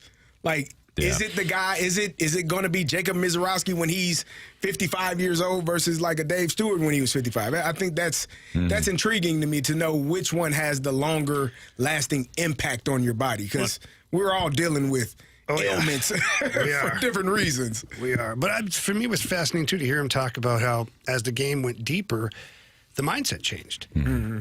Now he went to his two-seam, was pitching to contact or bad contact to get out. Rather than worrying about, rearing back and flying in, trying to throw the 103 again. Right. You miss your location. It winds up in the seats, and it's later in the ball game. So obviously the runs. Fatiguing your arms still. Yeah, and the arms now become the runs become premium. At a premium, and if you can get a guy out on 1 or 2 pitches compared to having to throw, 3 for a strikeout, yeah, that's fairly interesting. All right, it's Fastlane on 101 ESPN.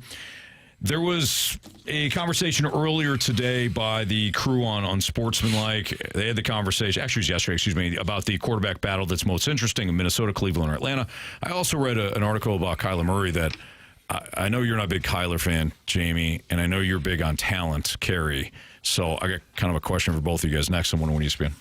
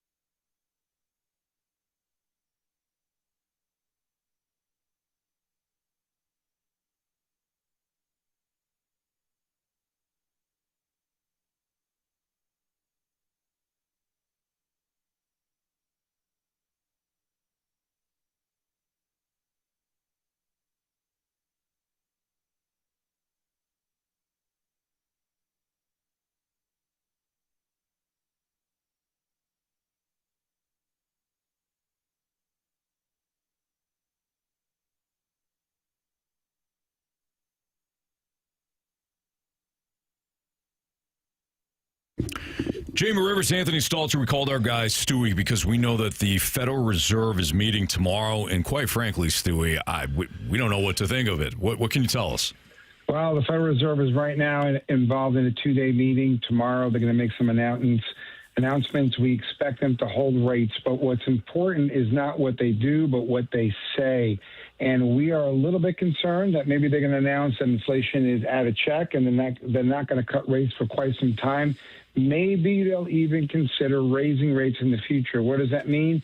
If you're worried about or you're considering refinancing your loan, taking cash out, getting a lower rate, you better lock in the rate today. If rates go down later, you can always refinance for free with the bagel loan, but lock those rates in today, get it in today. You won't have to risk that increase. If it's too late, you may not be able to do it, may not be able to save the money, so take advantage while the opportunity exists. Yeah, like our guy Stewie always says, don't procrastinate. Don't wait till tomorrow. Don't wait till the next day because things change quickly and you want to get the best possible service, the best possible rate. You want to put yourself in the best possible situation, and that's by calling Stewie on his personal cell phone number. That number's 314-324-4440. Again, 314-324-4440. Again, personal cell phone number. Call or text our guy Stewie. If you can't remember that number, Anthony, what can you do? You can always Google the bagel loan. Thanks, Stewie. Have a good one, guys. NMLS number 226715.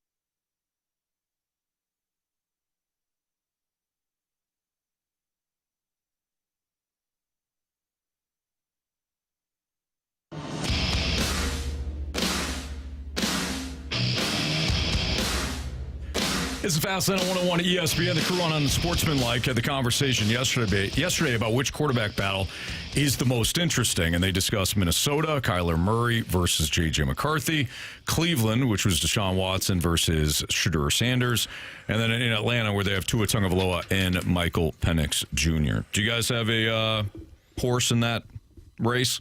The last one? All three? No, I mean, sorry, let me rephrase. Which one do you guys think is the most interesting? Cleveland. Yeah, I would agree with Carey. Yeah, I think, one, you've seen Deshaun Watson. You've seen a very good version of him in Houston, and you've seen a not-so-good version of him in Cleveland, and then he's often been injured. And then you haven't seen much of him. You haven't seen much of him. Then you drafted a guy in Shedeur Sanders who you drafted after Dylan Gabriel, and now we're not even talking about Dylan Gabriel. We're focused on Shedeur, but he's a guy that also was thought to be a potential first-round pick. At worst, a third-round pick. He slid to the fifth round. So that quarterback competition, in my opinion, is probably the one that's most intriguing. Also, again, Cleveland has done a really good job of drafting over the past couple of years, and they got some weapons at tight end, at receiver. They got a good running back. Offensively, they've put some things together, and you're wondering who's going to be the quarterback to lead that team. Mm-hmm. Go ahead, Marsh. Often you've said if you have two quarterbacks, you don't have one quarterback. Mm-hmm. Do you think there's a negative connotation that exists with a quarterback battle? When I say that, I mean, okay, we love internal competition. We want somebody to fight for that job, and the best person comes out. It's like, this is the National Football League. If you don't have a clear-cut quarterback, then do you really have a really good one? Probably not. No. So I wonder what happens with these teams. I mean, I don't know, Carey, you can talk to this better than I can, but for me, it's like I want competition at most spots, but not a quarterback. I want to know who my QB is. Now, if you have two crap options like most of these teams do, Falcons don't have crap options. Yeah, they do. You gotta choose one, and you hope that the two of them compete, but you're still choosing between two lesser options. I think if you're looking, I didn't say crap. I said lesser options. I think if you're looking at, like, for Vegas, you assume that Kirk Cousins and Fernando Mendoza, that you understand how that should progress. If Fernando is not the starting quarterback right away, you know eventually he will be. So is that a competition? Maybe, maybe not. Cleveland is a real competition. Atlanta, I don't know if that's a real competition as well. I think that's based off of the injury to Michael Penix Jr. No, I mean it, guys. I mean it. It's not a competition. I think it's based off the injury, and if he's completely healthy, then, you know, I would assume that they're going to go in that direction because they drafted him in the first round. The Cleveland situation, to me, I don't know if it's the same as having two quarterbacks and not having none, because one of these guys, they expect to be a really good quarterback. Now, which one? They paid Deshaun Watson, you know, life-changing, life-altering money to be that guy. He has not been that yet. And you drafted Shedeur. I don't know if you were forced to do it because nobody else was drafting him, but he fell into your lap, and now you're here having this quarterback conversation. I don't think it's the same as, you know, you got a quarterback and they're both terrible options, because we've seen both of these players, albeit at different levels, Shedeur in college and Deshaun at the league level, play really, really high-level football. And your question is, which one of these quarterbacks can get back to that level for this organization? Because you have seen it for both of them, albeit at different levels. Mm-hmm. Do you think Kyler Murray is a terrible option? No, I don't. And I wonder, Marsh, going back to, I read an article today at The Athletic, and I wanted to ask you guys, carry you with the thought of, you know, as I'm reading this article, these coaches, like to a man, all said, talent is not the problem with Kyler Murray. Talent has never been the problem with Kyler Murray. He's always been a talented player. Mm-hmm. And then things like, you know, surrounding cast and organizational structure and coaching, and it all kind of comes into play. They've also talked about whether or not he's actually a mature leader or he's not a leader at all. Sometimes quarterbacks can be quiet, and coaches feel as though that they're not good leaders. They're just quiet. But what I wanted to ask you, Carey, you're big on talent. Guys talented, teams talented, they're going to win, and that will be the biggest factor in whether or not they win. Mm-hmm. Well, if Kyler Murray is talented, and these are coaches that are saying talent's not the issue, if he doesn't have success in Minnesota, where he does have a better supporting cast, he does have a more competent front office and team structure, organization, then what is it? For Kyler Murray, I don't know. First of all, he's one of the most talented players, in my opinion, like ever. Like Sure. he's a first round. You can look like that if you want to. He's a first round draft pick in the NFL, first overall. He's a first round draft pick in Major League ever. He's a first round draft pick in Major League Baseball as well. He was one of the top quarterbacks coming out of high school. He won the Heisman as well, if I'm not mistaken. Did he win the Heisman? I don't think he did. I don't know if he won the Heisman. I feel like if he didn't, he was right there. I don't believe he did, but I could be wrong on that. Let me see. Yeah, he did. Oh, my bad. 2018. Heisman Trophy winner. Like, you looked at me crazy, but I look at you crazy because he was that freaking talented. At some point, it would have leaked out. But he is. He's that talented. At some point, we would have seen a big sample size. But you have seen it, albeit with an organization in Arizona that is, I mean, you can argue with whoever you want to whether or not you think that that's a great organization, but he is absolutely one of the most talented players in the NFL. He has been. I don't know if he still is now, but coming out of high school, coming out of college, like he is an extreme talent. I think he has a lot of if you surround. I don't think so. I think if you win the Heisman, I think if you're drafted first round in two different major sports, Major League Baseball and the NFL. Okay, he's talented. So then what? Then you have to have the pieces around you. Do you think he has the pieces around him in Minnesota? I mean, Justin Jefferson makes me say hell yeah. All right. So if there's no ultimate success, and the year he had DeAndre Hopkins, I think he had a pretty good year as well. If he doesn't have ultimate success, let's say he's got a great regular season, the postseason. Well, it's never on one player. Mm-hmm. Let's say he melts down, right? And I know I'm doing a hypothetical here. You got him making the playoffs? I'm saying if he has a great regular season, okay, and the hype, we saw Sam Darnold do this. We've seen Sam Darnold literally do it in Minnesota. Mm-hmm. We've seen Sam Darnold do it on multiple occasions. To a lesser extent, we've seen Geno Smith do it. We've seen Baker Mayfield do it. We've seen Daniel Jones do it for 2 months. Let's say he has a great regular season, hype's around him, all this stuff, talented, whatever. Postseason comes, and he completely melts down. He'll get a contract from the Vikings. Okay. He'll still get paid. They're not going because of what you just said with Sam Darnold. I don't know if they can do that again. Sure. And then him go elsewhere and maybe have success. Who knows? Yeah. But we just saw what happened with Sam Darnold. Do you think that same organization is going to let the exact same thing happen? Is that guy that took all that time off still there? No, he's not. No, they actually fired him for taking too much time off. No, they brought in a guy from a team that just won a Super Bowl. So, yeah, Kyler Murray, his resume is pretty damn long. Mm-hmm. Like you can dislike him personally, but I don't dislike him personally. In terms of an athlete, we're not talking about a good quarterback. Athletically, he's one of the best athletes that have done it.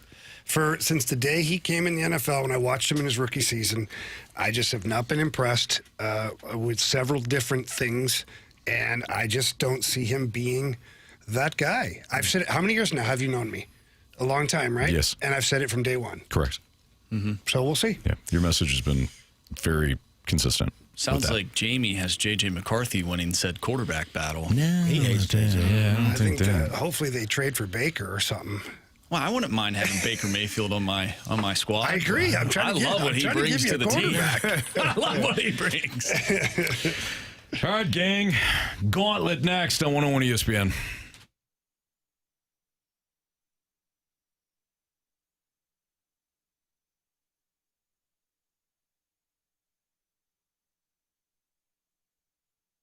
This month, Auto Center's Nissan in Herculaneum, Missouri is loaded with over 1,000 new and used vehicles in one location, right off I-55, just minutes from South County. We're talking about one lot, one website, one place to find the right ride without spending your entire day, your weekend, your month bouncing from dealership to dealership. If you go to AutoCentersNissan.com and browse the full inventory, we're talking about new Nissans, used trucks, SUVs, cars, and more.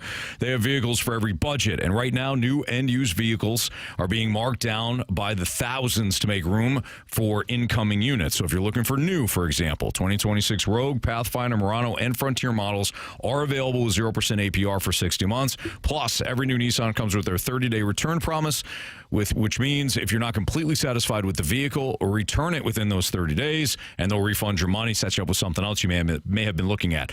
Buyers can take advantage of no money down and no payments for up to 6 months on select new and used vehicles. And before you head to the dealership in Herculaneum, go to AutoCentersNissan.com, choose the vehicle that you want, look for the green Claim My Buyer's Bonus button, hit it, and you'll unlock up to an additional $1,000 off the sales price, and that's exclusively online at AutoCentersNissan.com. When you do head out to the dealership in Herculaneum, tell them Stalter sent you. It's Auto Centers Nissan.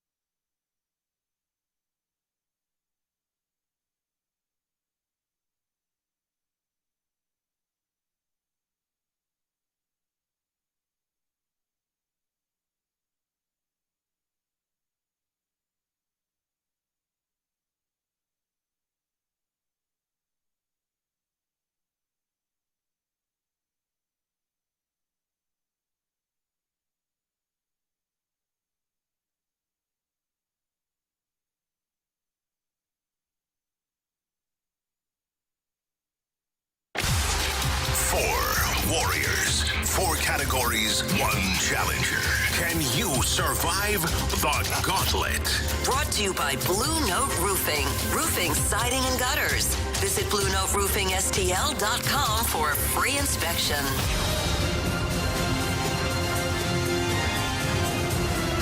Time for the Gauntlet here in the Fast Lane on 101 ESPN with Andrew Marsh, Carey Davis, and Jamie Rivers. I'm Anthony Stalter, and we welcome Sean to the program. What's up, Sean?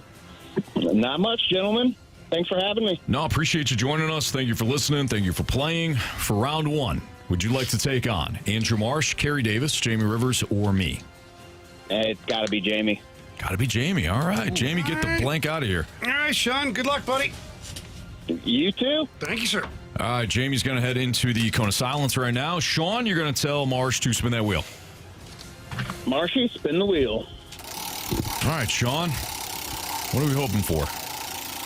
You know, I don't think it matters. I think my ignorance knows no bounds. Okay, I like that. Okay, well, now it's been random a lot. It has been, but it ain't today. It's not today. What do we got today? It's hockey. Okay. Of course it is. Yeah. All right, Sean. Listen, Jamie is very good at hockey, but Marsh, he's not perfect, is he? I mean, he's pretty good. I think he's damn near perfect at hockey. He's 9-0 in 2026. You know what? He's due, Sean. He's due. All right. So you're going to get 4 hockey-related questions. Each one is worth 2 points unless you ask for the options. If you ask for the options, those questions are worth 1 point. Are you ready to take down Jamie in hockey? I'm ready to answer some hockey questions. All right. Here we go. Question 1. Tom Barrasso holds the top spot for most assists all time by an NHL goaltender with 48. Who sits at the number 2 spot with 47 assists? Hint. He played for the St. Louis Blues. Well, I was going to say Grant Fuhr just because he was on those Oiler teams with Messier and Gretzky and all those guys. So let's go with Grant. Final answer. Okay. Question number 2. Jordan Bennington wears number 50 for the St. Louis Blues. There have only been 2 other players in Blues history to wear this number. Reinhard Davis wore it first from 2003 to 06. But who wore number 50 for St. Louis in 2009-2010? Oh, I know he's going to know this, but I'm going to have to take some options. Is it Steve Wagner, Chris Mason, Cam Jansen? Ooh, I'm going to go Mason. Final answer. Question number 3. In just 465 career games, George Hainsworth recorded 94 shutouts and sits 5th on the all-time regular season shutouts list. The goaltender that holds the top spot played over 1,200 games, retiring with a .912 save percentage. Name this goaltender. So goaltender with all-time shutouts? All-time shutouts. Let's go Martin Brodeur. Final answer. All right, final question for you, Sean. In the 2019 Stanley Cup playoffs, what Blues player led the team with 12 goals throughout the 26 games? I have no idea, but I'm just going to guess. Let's go with O'Reilly. Final answer. Okay. Let's bring back Jamie from the Cone of Silence. How you feeling, Sean? I'm feeling like I'm going against Jamie in hockey. Yeah, okay. All right, well, let's see how he does today. Coming in from the Cone of Silence. Jamie, how was it? Very quiet and hot. Really? And then when we closed the door to block out the hallway, speaker, yep. So, you know me with heat. Yeah, you don't like it? Not very much. At all. All right, Jamie. Yeah. Your category today is hockey. Oh, okay. Pack lunch. Okay. Question 1. Tom Barrasso holds the top spot for most assists all time by an NHL goaltender with 48. Who sits at that number? I'm sorry. Who sits at the number 2 spot with 47 assists? That would be my old buddy, Grant Fuhr. Final answer. Question number 2. Jordan Bennington wears number 50 for the St. Louis Blues. There have only been 2 other players in Blues history to wear this number. Reinhard Davis wore it first from 03 to 06, but who wore number 50 for St. Louis in 09-010? Chris Mason. Final answer. Question number 3. In just 465 career games, George Hainsworth recorded 94 shutouts and sits 5th on the all-time regular season shutouts list. The goaltender that holds the top spot played over 1,200 games, retiring with a .912 save percentage. Name this goaltender. Former Blues great, Martin Brodeur. Final answer. All right, Jamie. In the 2019 Stanley Cup playoffs, what Blues player led the team with 12 goals throughout the 26 games? I believe that was the old Schwizzle Schwartz, as Darren Pang used to say. Give me Jaden Schwartz. Final answer. All right, Jamie versus Sean today in hockey. Let's start off with question 1. Tom Barrasso holds the top spot for most assists all time by an NHL goaltender with 48. Who sits at the number 2 spot with 47 assists? Jamie said Grant Fuhr.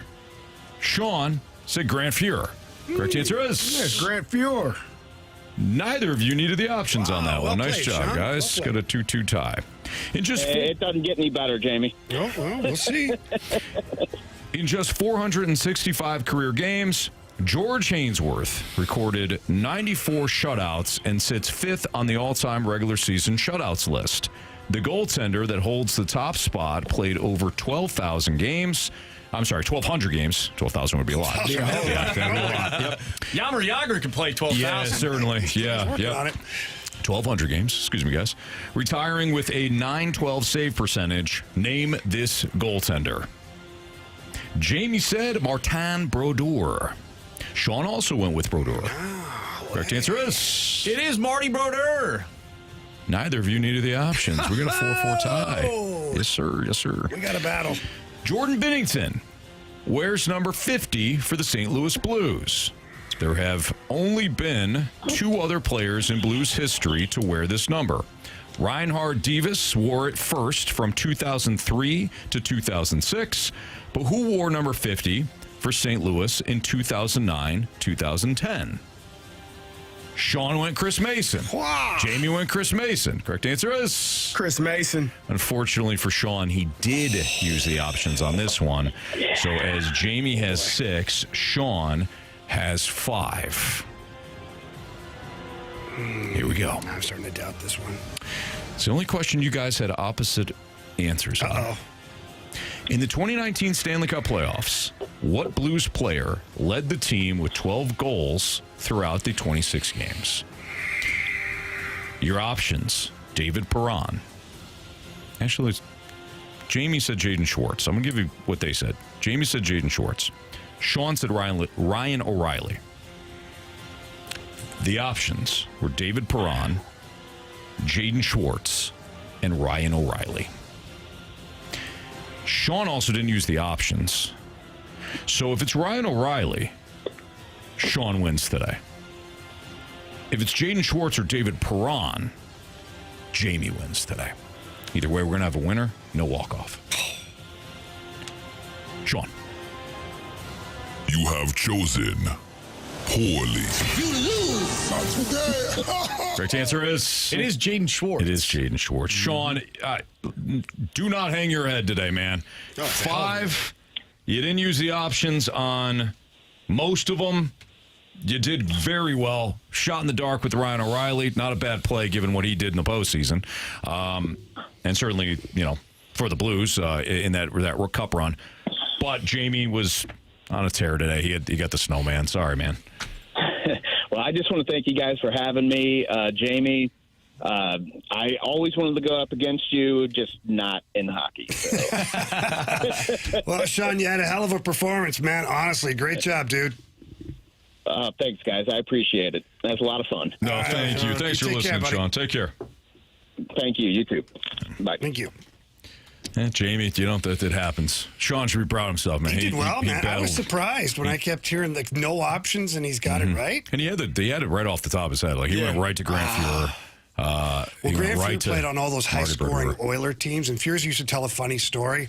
He'd say, all I had to do was go out behind the net and stop the puck, and then Paul Coffey would take the puck and go like end-to-end and either score or pass it to somebody. Perfect. So he'd get a point on it. There you go. Yeah. Yeah, there you have it. All right, it's Fastlane on 101 at ESPN. Let's go to let's talk about Matthew Liberatore here. We got what's trending, and I know, Marsh, that you're going to mention Libby after another eventful outing. We didn't really talk about him in the beginning segment. Maybe he thought that he would get away with one. Not today. Like the villains on Scooby-Doo. Exactly. They're never monsters. That's not in the live action. Scooby-Doo 2 they were. Oh, really? Yeah, they came to life. It's always the person you don't expect. And I started to not buy into it because, they'd have, this guy, this villain that's, jumping off of buildings or building to building and doing and then it's the 95-year-old professor. Or, there ain't no way. I'm just saying there ain't no way, Carey. Yeah. You and I ain't doing that. Not yet.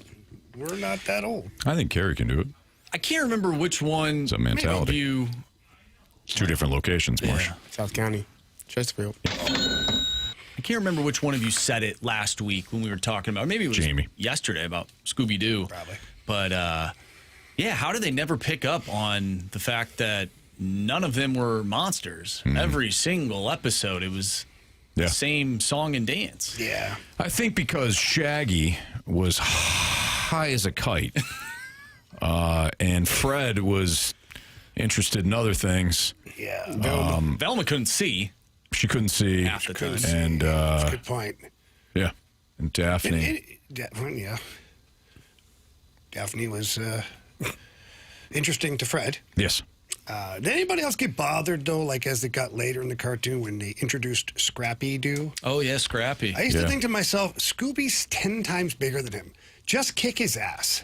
Let me at him. Yeah. Let me at This him. little, like, it reminded me of that one buddy you got that's just like, you know what? I'm going to let him go, and he's going to beat the snot out of you. Like, go ahead then, go. Right. I still didn't like it. I didn't find it realistic. You know, a lot of the other stuff is very realistic. Very realistic, absolutely, yeah.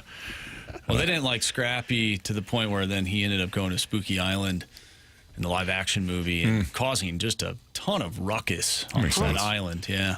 It wasn't good. It's a good documentary. But guess what, Anthony? Didn't get away with it. Nah, they never do. No, that's true. All right. What's trending is next on 101 ESPN.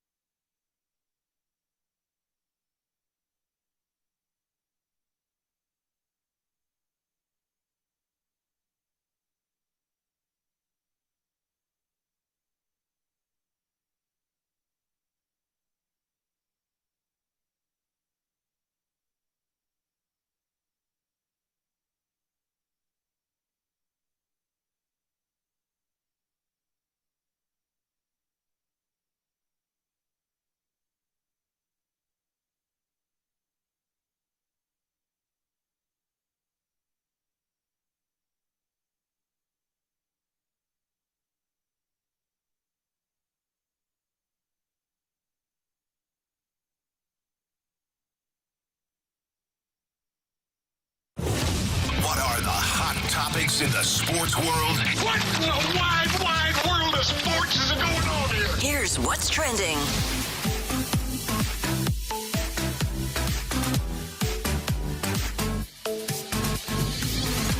Welcome back to the Fast Lane here on 101 ESPN with Anthony Stalter, Jamie Rivers, and Carey Davis. I'm Andrew Marsh, and it's time for What's Trending. Gentlemen, Matthew Liberatore last night.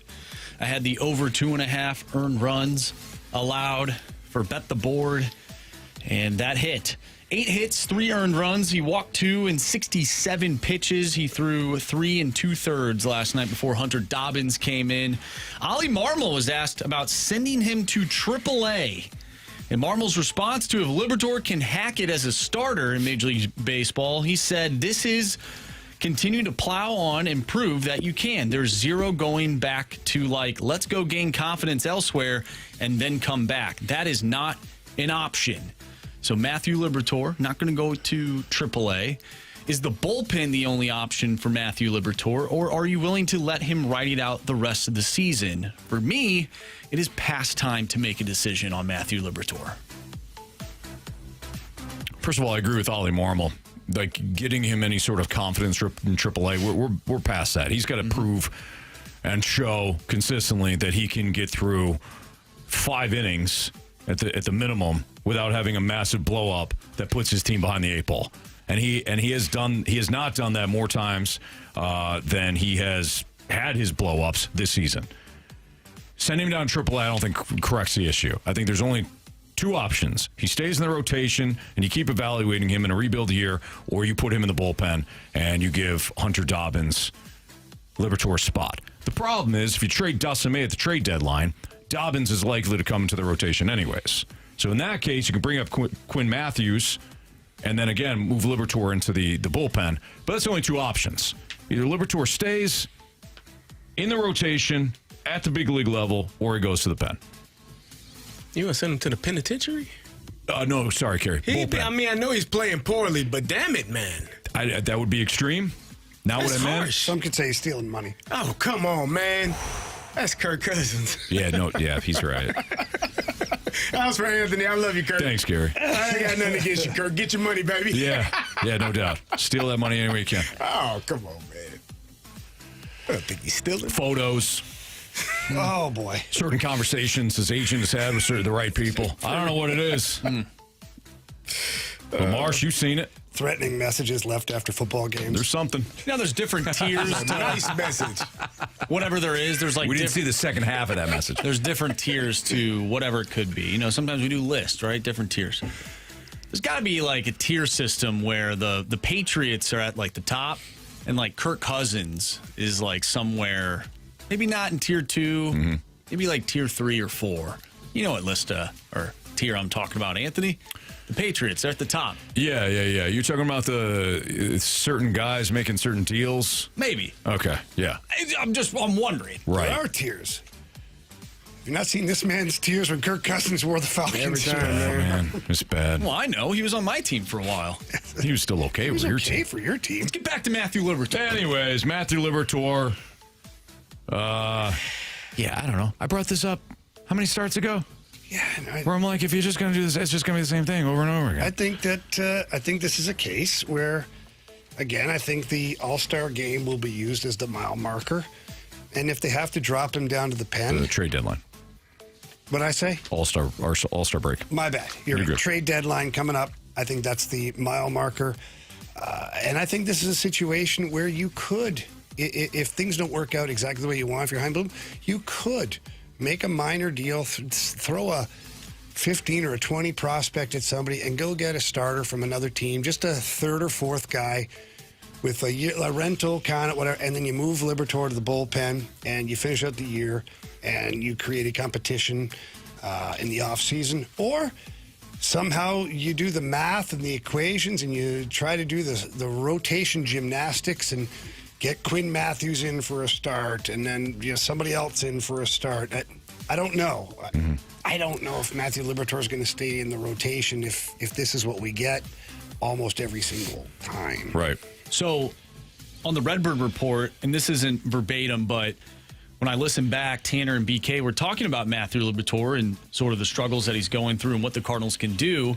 And one of the conversations that they were having was about trading Matthew Liberatore, whether a team would want to take that on as a project. I think it was Tanner who said, well, you could move him to the bullpen, have him be there for a full calendar year, and then maybe entertain that he can get his value back up as a bullpen piece, and then maybe you can move on from him and try and get something for him. Does that intrigue you by any means? Again, that's not verbatim to what they said, but it was, that was the conversation. I don't know if I can long play it like that, hoping that I get something in return for Matthew Liberatore, because the future is uncertain. I'm along the lines of you, Jamie. Okay, so what problem are you trying to solve? Let's just start there. What problem? And all answers are good with me. Regarding Matthew Liberatore? Yes. What's the problem that you're trying to solve? Not what's his problem. I'm asking what's the problem that you as the Cardinals are trying to solve? How do you get him to pitch consistently? There you go. Okay. So we know that he can't do that. He hasn't shown that. The only thing he's shown is that he has pockets of pitching really well. Right. So to me, if that is the question, Carey, Jamie, move him in the pen. But you're still not guaranteed to get the right version of him. No, you're not. You may have a whole different question. If the question is, how do we maximize his trade value, it still might be move him in the pen. Here's the thing. With Matthew Liberatore, if you move him to the bullpen, all he has to do is face 3 batters as opposed to being a starter. Last night go. But that's different. Just asking a question. You for don't a know which 3 it's going to be. That's you can line it up the way you want to, but you don't know. It doesn't. I don't think it matters. It doesn't matter. My point is, you're not banking on him to get you X amount of innings to save said bullpen. So you only have to face the 3-batter minimum. If that, maybe he gets put in the middle of an inning and he gets you out of a jam, then you don't have to go to him at all. It could just be 1 batter at that point. Chris Roycroft. Can we discuss Swanson? Can we discuss Brule? All the guys that we're tired of seeing that come in and give games back to what? When you were saying discuss, all I heard was disgust. Yeah, I heard the same thing. As you were saying the names, I was like, disgust. You're not wrong. Yeah. So all the players that we've talked about blowing the games, he's just another guy that could be that guy. Stanek, he has 1 good outing, then 2 bad outings. Swanson, I can't remember the last time he had a good outing, but he's in Brule and all these guys. So now all of a sudden you're taking 1 more of those types of guys and hoping for the best again. Maybe. I understand the concept. We know that Liberatore has pitched well in the pen. He has. So at least I know that. As a starter. Let's move him to the pen. I mean, that's what I'm in favor of. Yeah, should have done that a long time ago. Yeah, Cardinals, they're not going to do it, so I need a gavel. Quit asking. Done. 314-399-9646 is the Air Comfort Service text line. If you got any questions for us, send those in. We'll have part 1 of our Sports Six-Pack next.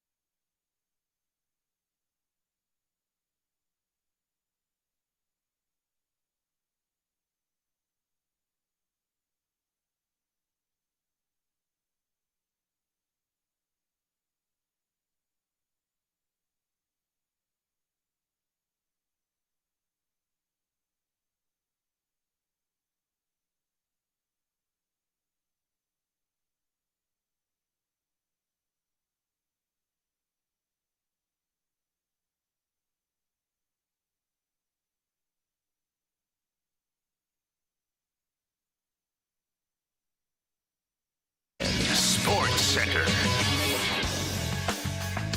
I'm Andrew Marsh. It's time for a Sports Center update brought to you by Saliga Heating and Cooling. The Cardinals fall to the Cubs last night by a final score of 6-3. They're back at it once again tonight.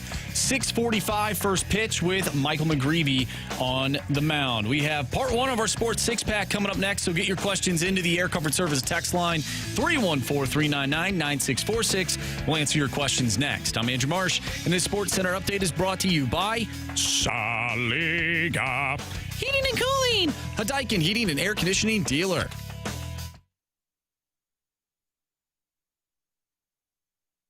I have a question. It's time for the Fast Lane to answer your sports questions. I want to ask you a bunch of questions, and I want to have them answered immediately. Asking me all these weird questions. Answer the question. Answer the question. Answer me! Refreshed by Urban Chestnut. Urban Chestnut Swickle Light Premium Light Beer. Live your lifestyle, St. Louis. Time for part one of the Sports Six-Pack here in the Fast Lane on 101 ESPN. 314-399-9646 is the Air Comfort Service text line with Carey Davis and Jamie Rivers. I'm Anthony Stalter. Here's Andrew Marsh with question one. Real quick before we get to question number one, Not So PC Principal texted in. I have a friend in town from Kansas City. I'm trying to tell them what a great afternoon sports talk show we have. And when I turn on the radio, it's 10 minutes of talking about Scooby-Doo. Crying, laughing emojis. Yeah, you're welcome. So to your point, to this person that you're trying to impress, we did it. You're welcome. Is this not what you... Are you not entertained? Is this not why you were here? Yeah. For more hot takes on documentaries, stay tuned. Question number one. All right, from the Waterboy, what sport or show can you put on the TV on a Saturday or Sunday afternoon and fall asleep to? For the Waterboy, it's golf. Oh, that's a good one. Man. You guys take naps?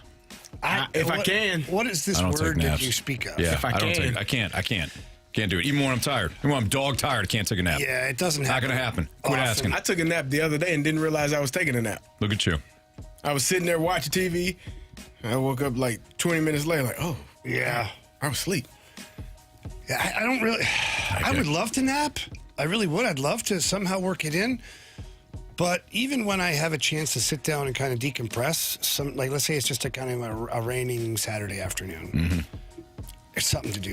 There's always something to do, whether it's preparing for the week that lies ahead, whether it's fixing something around the house, cleaning something up, going yard work, working with kids, like whatever we're doing.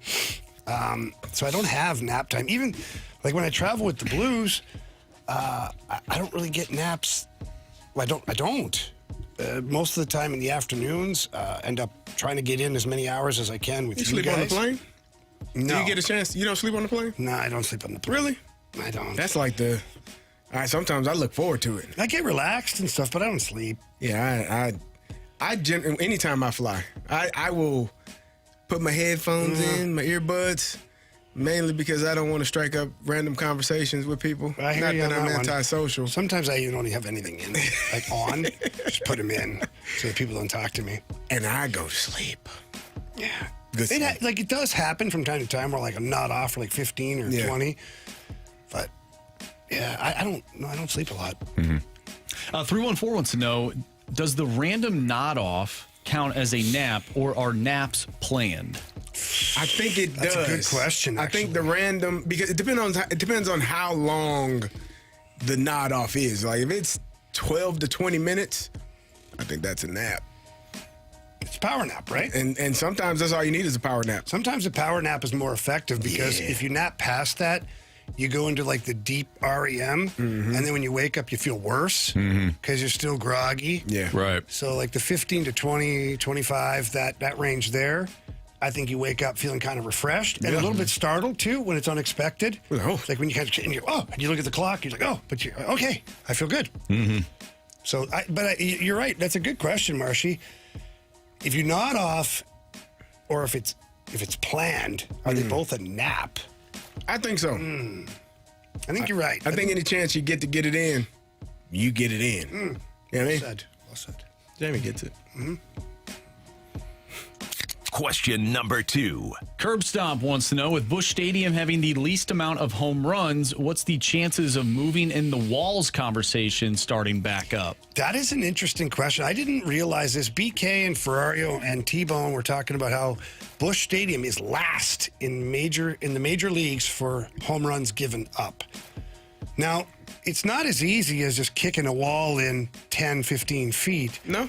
Well, because now you have to have something behind it. Like, what about your stands? Like, sort of the bullpen is not that big of a deal. Just makes the bullpen a little bit bigger. But where you actually have, like, even the tarps off crew, those bleachers, then they have to have something. They can't just have a gap where people fall down.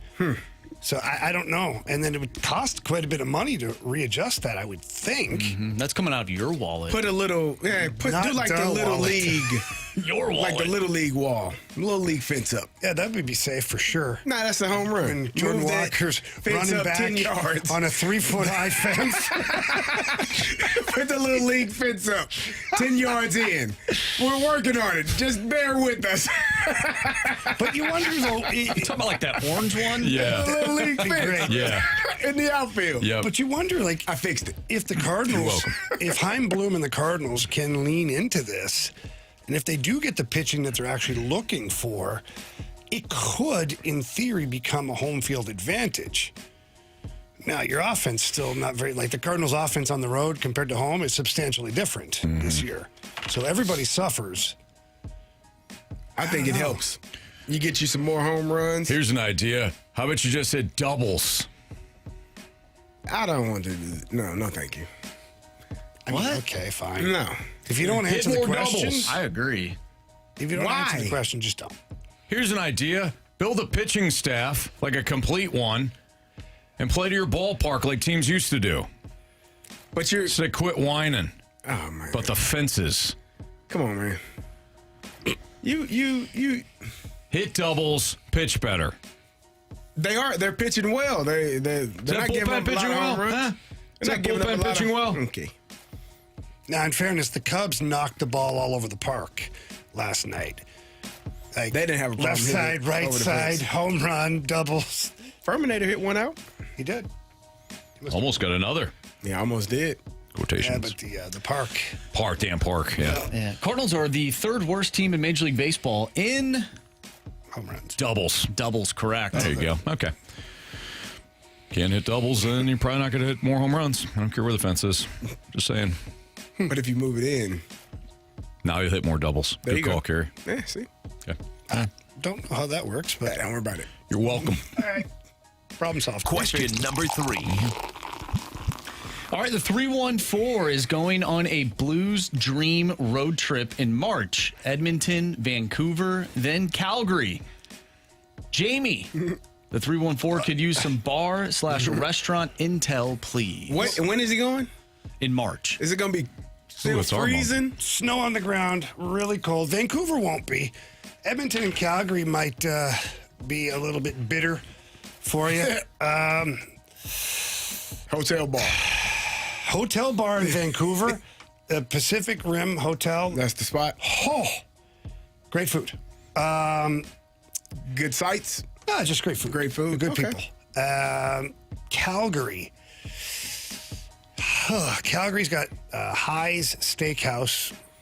Not too bad. Good little spot. Edmonton's got Earl's. It's a good spot there. And, the hotel bar in Edmonton, right across from the rink, it's got a great atmosphere because people like to go there like after the games or before the games. They pile in and they have a DJ and things like that. So it has like a little bit of a ambiance to it. Vancouver, excellent food all over the city. That's probably it for you. There you go. There you go. All right. We're going to roll over our sports six-pack. 314-399-9646, the Air Comfort Service text line. Keep those questions rolling in. Part 2 of the Sixer next.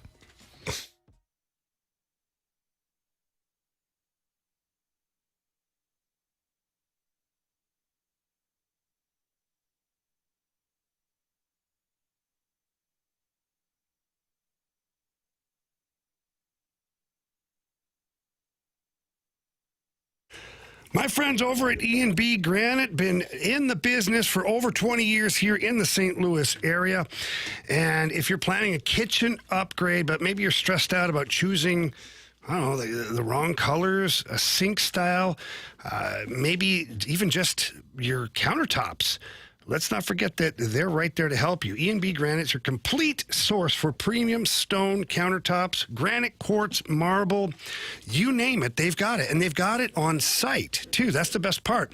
When you get down there to 6135 Manchester Avenue, you walk in, talk to the in-house design staff, and maybe you have a preference of color. Well, they'll walk back to the warehouse area with you, and you can take a look at everything they've got. And then you can figure out if you want the granites, the quartz, the marble, whatever's available in the colors that you're looking for.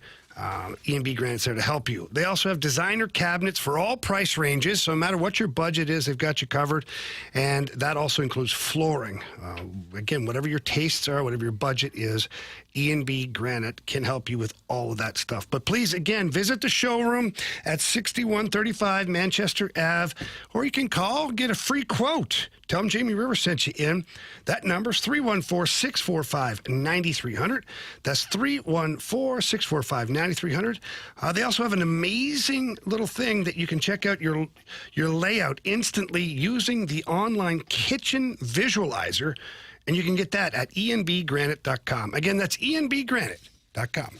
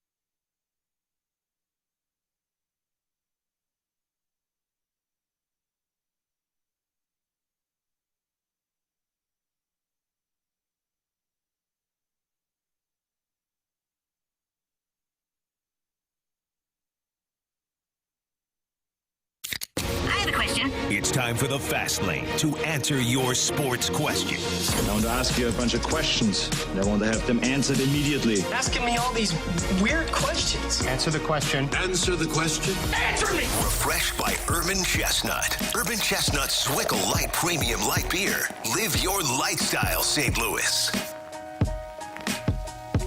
Time for part two of the Sports Six Pack here in the Fast Lane on 101 ESPN. 314-399-9646 is the Air Comfort Service text line. If you want to continue to ask some questions, there's still some time because we're only on question 4. Please, Marsh. Question number 4. From the 314, do you think that sports should focus more on team rivalries? I miss the Blues and Red Wings. Yeah, I love the rivalry aspect. With the NHL going to 84 games, I would hope that they're going to focus on that a little more. So here's my question to you guys, though. Do rivalries matter when you just play a team more, or do rivalries matter when both teams are good? Because in one case, you can control the rivalries and focus more on them. Yeah. Just by playing each other more.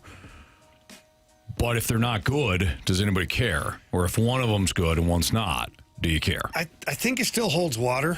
I do. Even like when the Blues were good and the Blackhawks were bad and the Blackhawks were good and the Blues were bad, those games still had bite to them. And I remember playing in some of those games against the Blackhawks going, okay, boys, don't sleep on this tonight. We don't need to be the one. We don't want to get embarrassed tonight by a team that's not as good because we showed up not ready to play. Right.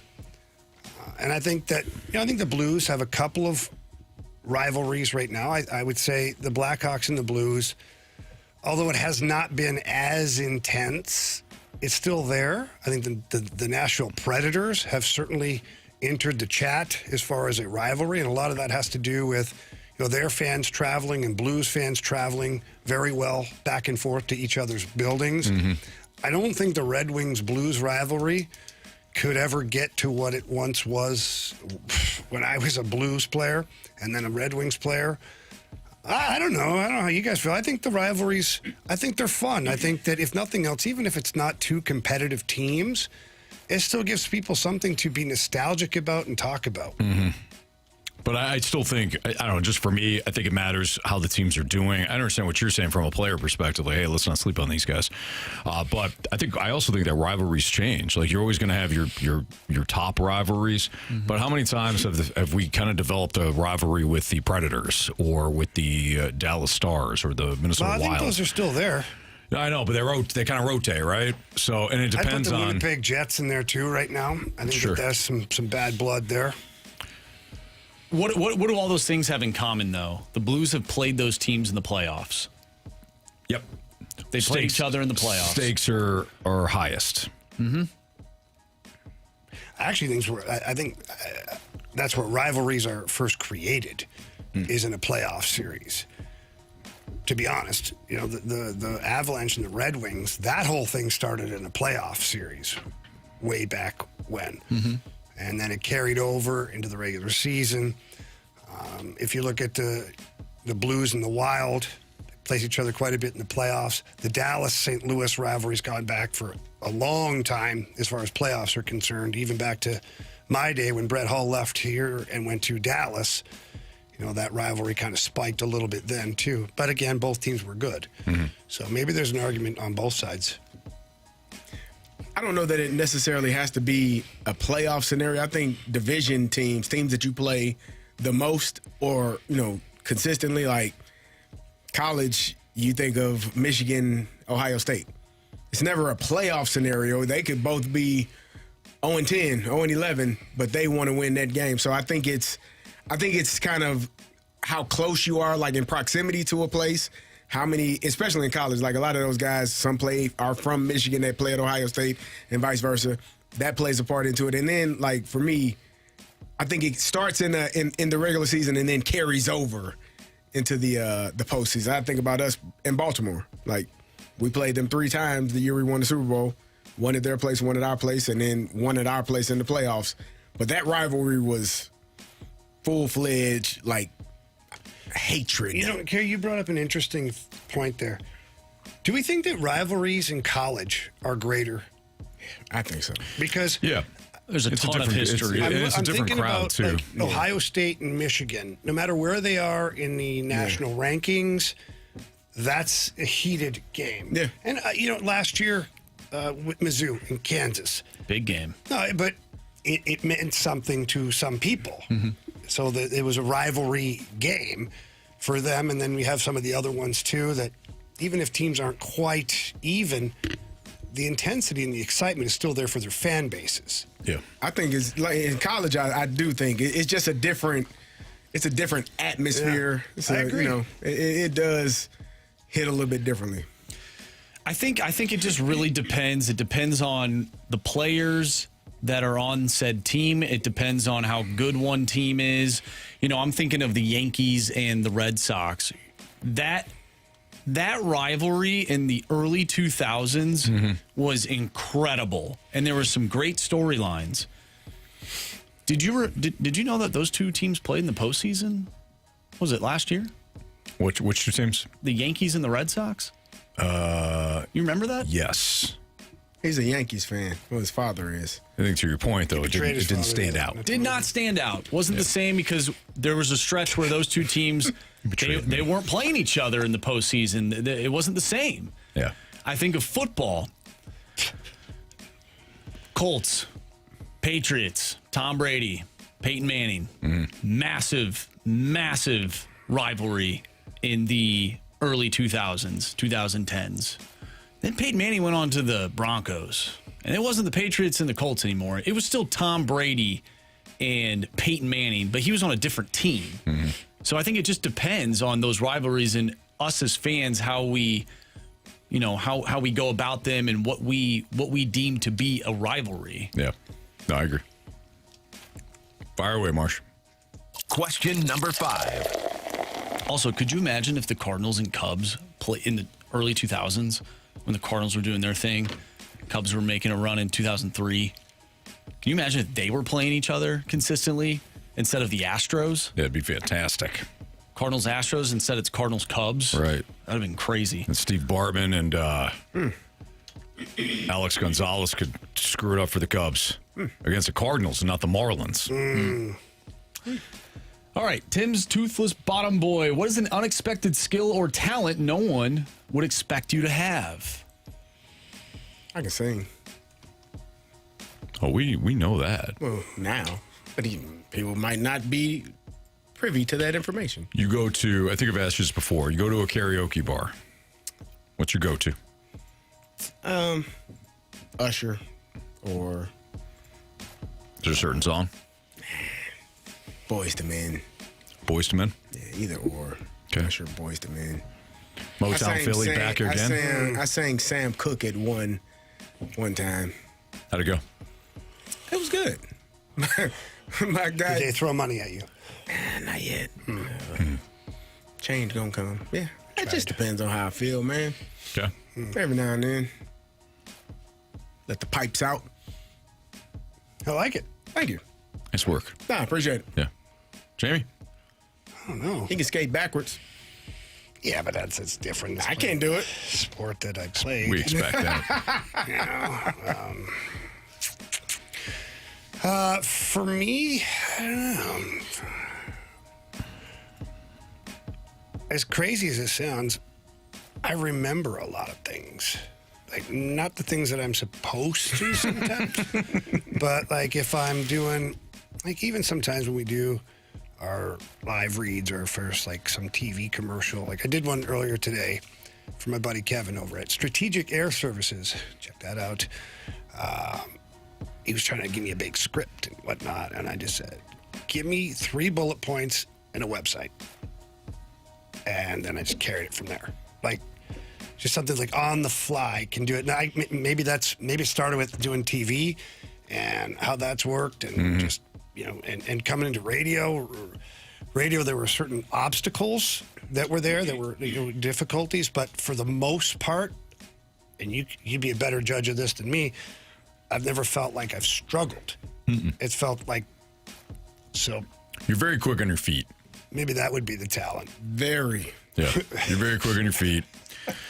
You, you can become relatable in any conversation. He's a chameleon? And that is it. No, not a chameleon. Because sometimes you gotta be. Because I think chameleons, like you're almost like fading into the background. You're conforming to the group rather than just being yourself within the group. So I think you can find certain things very quickly within a conversation to keep the conversation rolling or to add a different spin to it. Adaptable. Yeah, very adaptable. Yeah. Yep. All right. But I do think that is a skill set, though, especially when you're doing it live with an audience, whether that's TV or radio. Yeah. My man's skill set. Don't really whittle. What? I said my man's skill set is he's never wrong. Just ask him, he'll tell you. That is a skill set. Your ability to spin stuff is remarkable.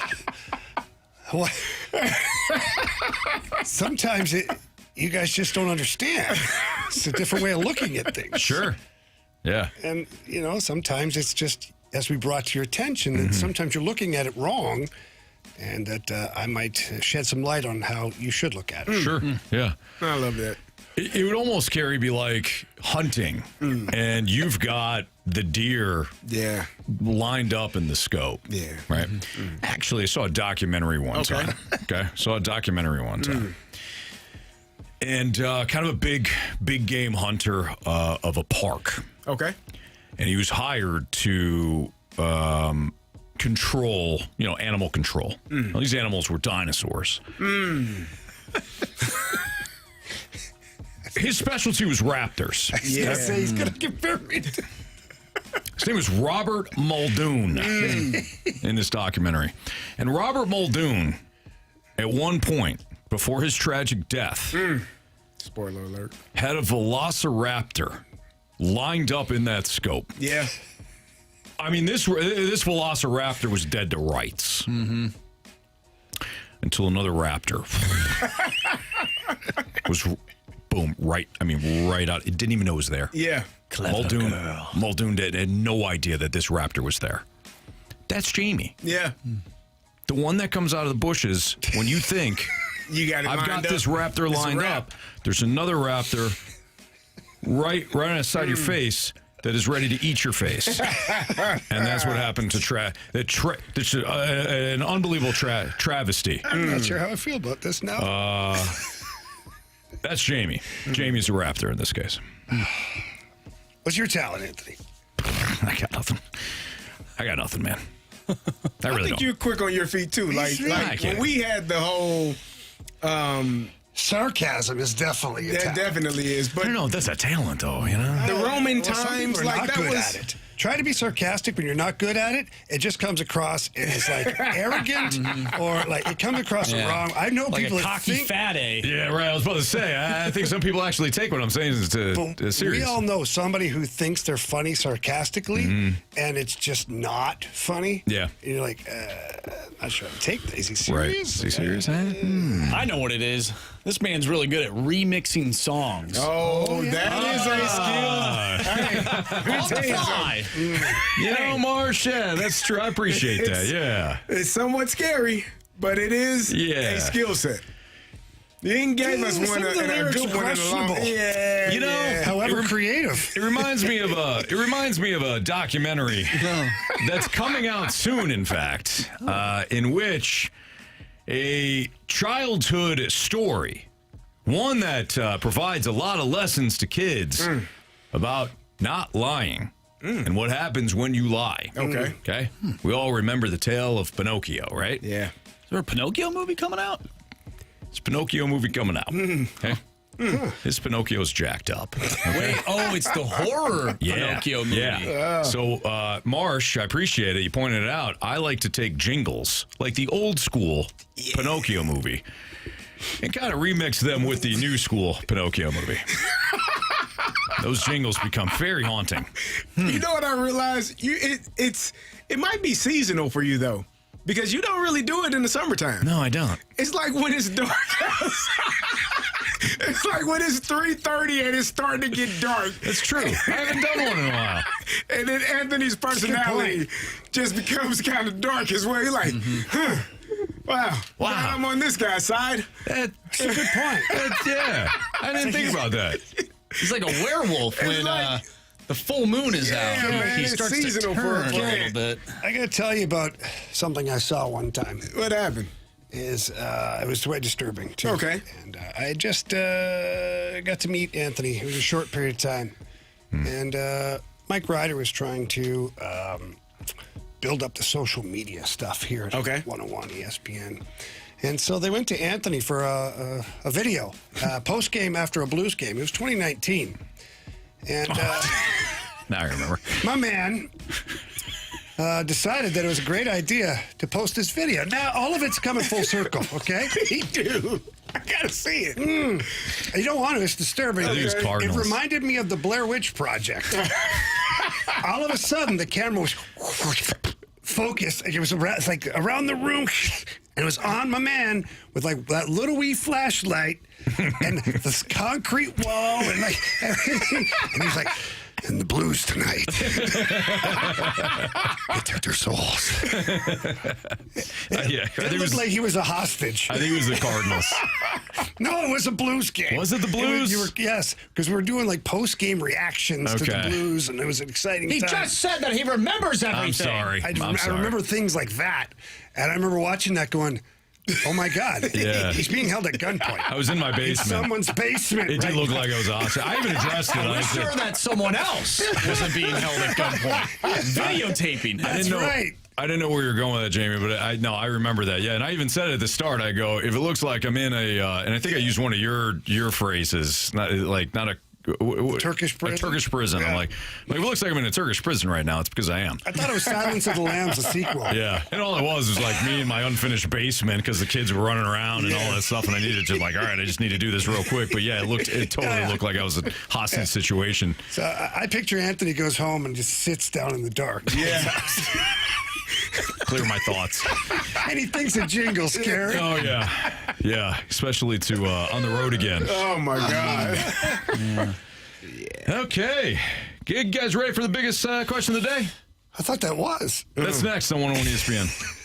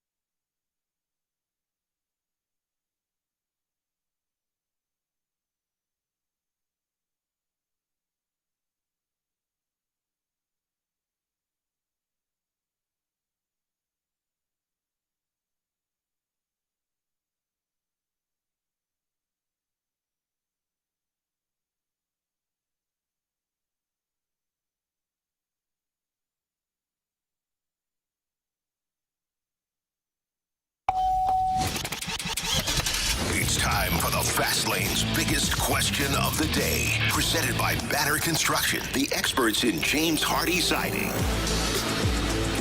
5:06, your time check is brought to you by Clarkson Jewelers, an officially licensed Rolex jeweler with Carey Davis and Jamie Rivers. I'm Anthony Stalter and Andrew Marsh.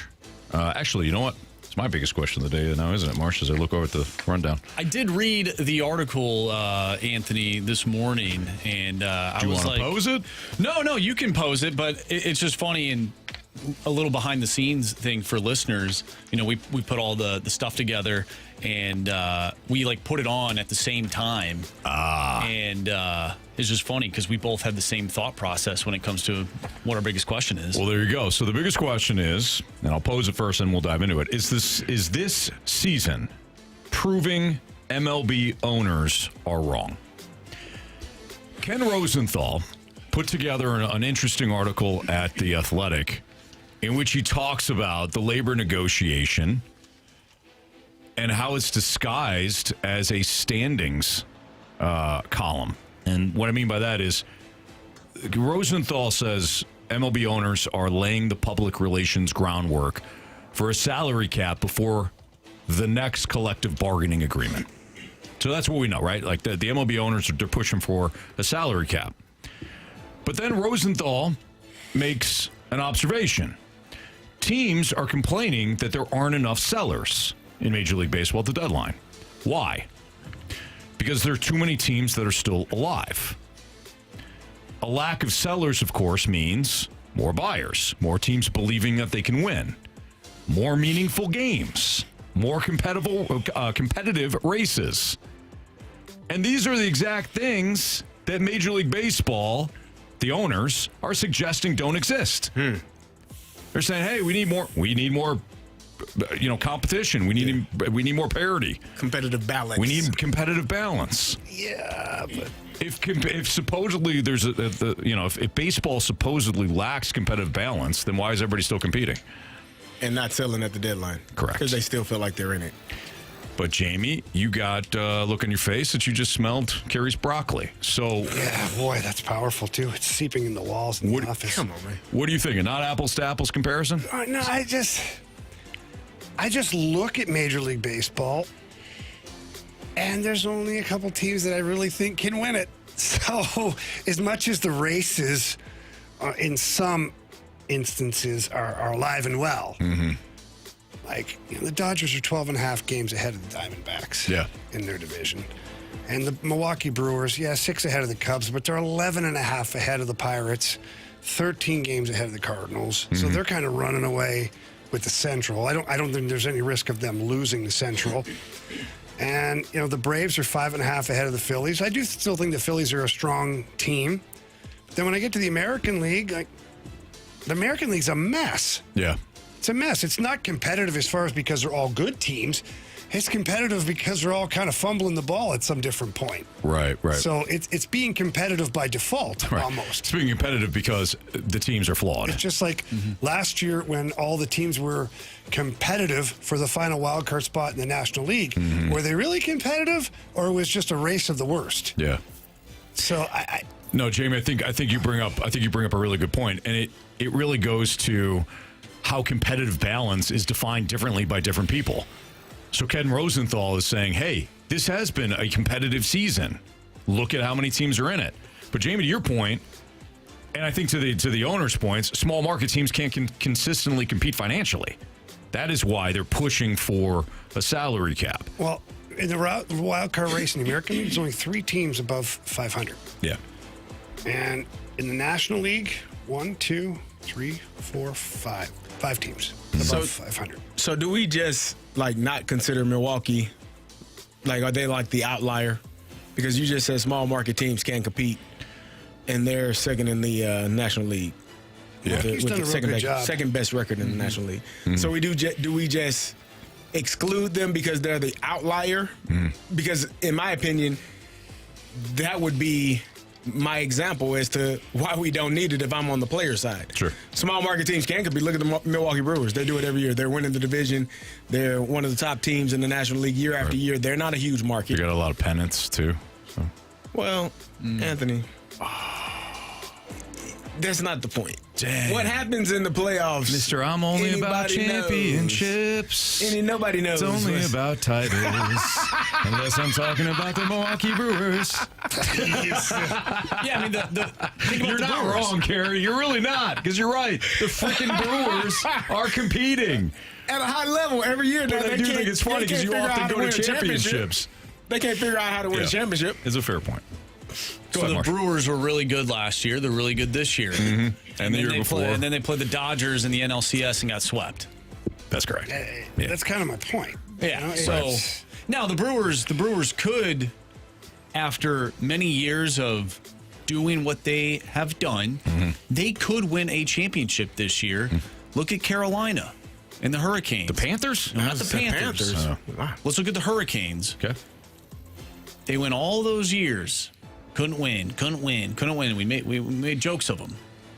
Joked about them all the time. They couldn't get to the Stanley Cup. And they finally got over the hump and they won. Well, that's because the Dodgers weren't in there. The Florida Panthers. The Florida Panthers weren't in there. That's true. So that is true. I think I give them credit. It's up to making the playoffs, outlasting the opponent, not having the injuries. There's a lot of factors. But again, just to me, Marshy, I think it's a great comparison. It would be like the Brewers winning the World Series because the Dodgers are out of it. Sure. Or winning the National League because the Dodgers somehow stubbed their toe or had a bunch of injuries. Yeah. Is that what Major League Baseball is banking on? At least the players? Sure. Nah, I don't know. Nah, I think I don't think it's about that. Major League Baseball wants the Dodgers to win again.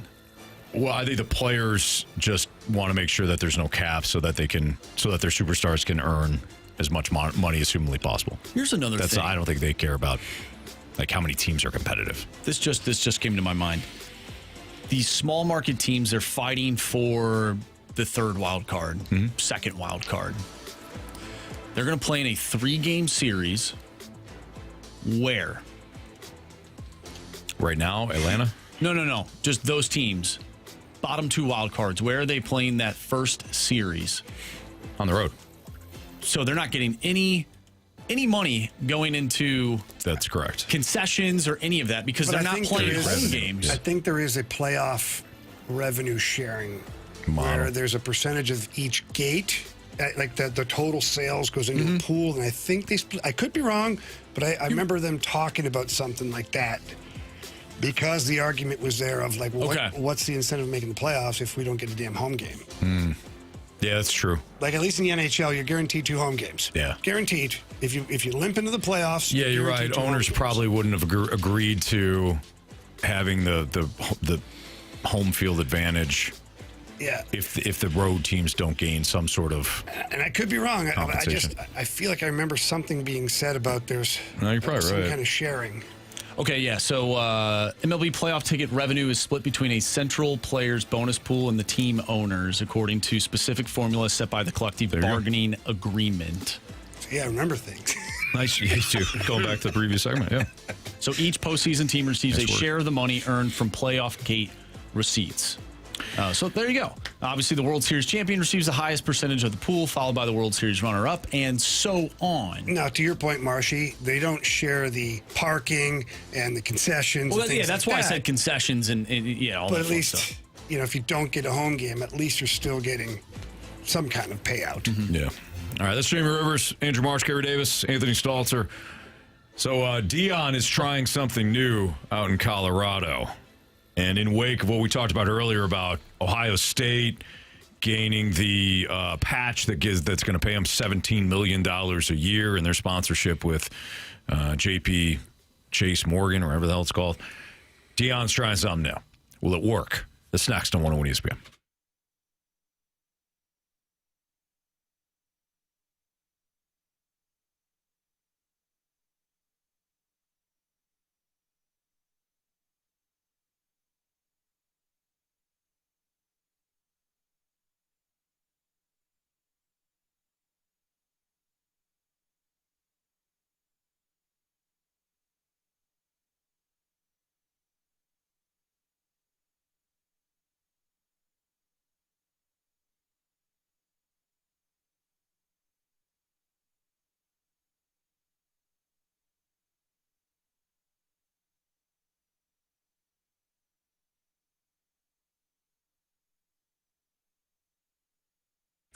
Well, you talk about circus sports, you have to talk about my good buddy Derek Stevens, who had a vision a long time ago of building the world's largest sports book and putting it in downtown Las Vegas, Nevada.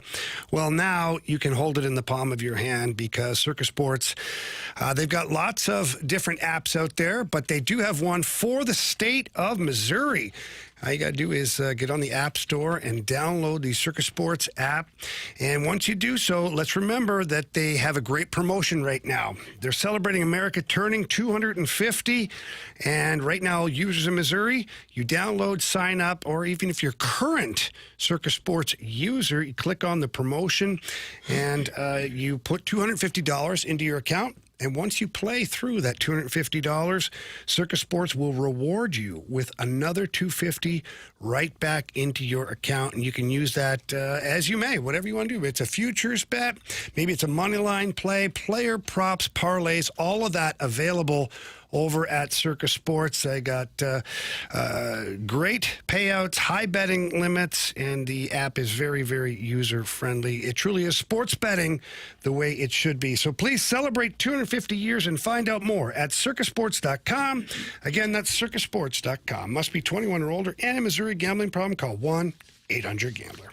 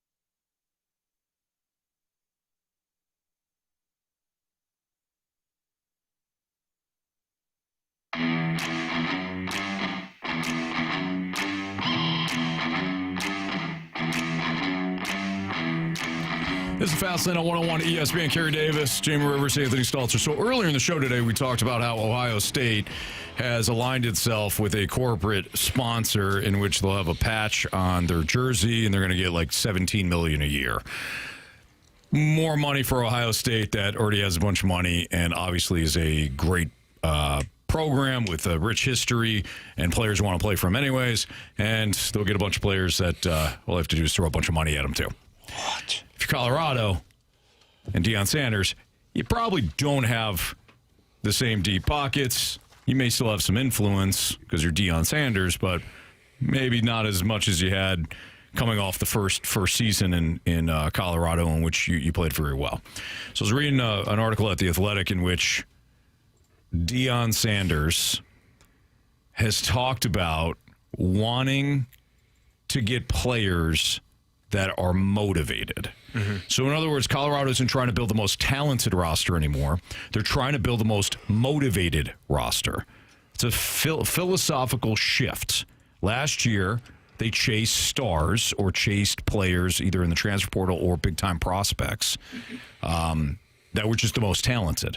And this year, they're trying to chase competitors. Now, it might all just be BS. And this is what you say when you can't attract some of the bigger prospects, right? Like that could very well be. But let's just walk down this path anyways. Deion has used a lot of language, in regards to, players that are hungry, players that are ticked off, players that want to prove themselves, players that have some leadership qualities, players that have battle through adversity. And those words aren't accidental for him. He's describing traits rather than recruiting rankings. My question to you guys is, do you think there's any way that this works? Because Indiana won last year with players that weren't necessarily highly touted, but they did fit a very specific system. They fit Kurt Cignetti's system. Thank you. Yep. So do you think this could work, CD? I'm glad you brought up Kurt Cignetti because he's the one that I've heard said the most production over potential. And if you can get guys that can play, I think there's this notion, like there's a notion that, he plays at a D2 level. He can't play football. He's not capable of playing big-time football. Or, he's at a NAIA level or D3, whatever the case may be. If you're not an FBS player, people outside of football assume that you cannot play. Well, that's not always the case. One of my favorite players over the last few years is Cody Schrader, who is at Division II Truman, who went to Mizzou as a walk-on. And I watched this young man play some of the best football that I've seen from the running back position. I told you that I think it was against Tennessee was the best game I've ever seen from a running back. The dude didn't come out of the game. 200-plus yards rushing, just played every single snap. Pass pro, running routes, didn't come out. So the notion that you're at a lower level so you can't play as well as someone as a higher level, I think that's completely incorrect. And if you get guys that can play well at whatever level they are, if they're dominating at that level, the assumption should be, well, they're going to dominate at the next level. They're just going to adapt their game and be able to play, wherever they're playing and against whomever they're playing against. So I love the idea. I don't think you always have to go get the high profile guy just because he's got the 4 stars or 5 stars, and that's a whole other issue that I've expressed to you about how some of these guys get these stars.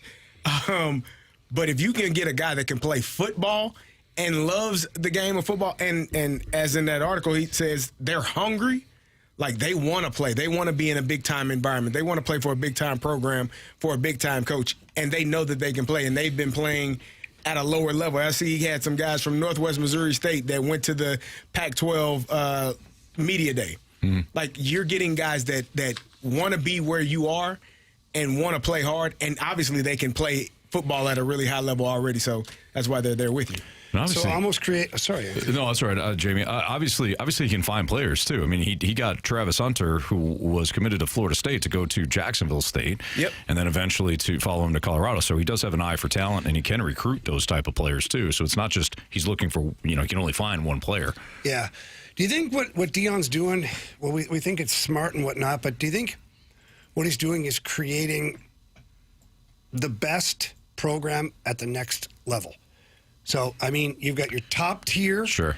And then if you're not going to make your huge NIL money and all the things we said earlier that we complained or talked about, rather players, the schools, all that stuff, maybe Deion's smart and he's going, you know what? I'm not going to get into that nuclear war up there. I'm going to just create my own playing field right here and dominate the next lower level of those teams. So now, if you think if you're a football player and you want to play football and you want to have a commitment to a program, we commit to you. And I will do everything I can to get you to the next level. I have a ton of NFL contacts. I get this, I get that. And if you really want to be a part of it, this is the place for you.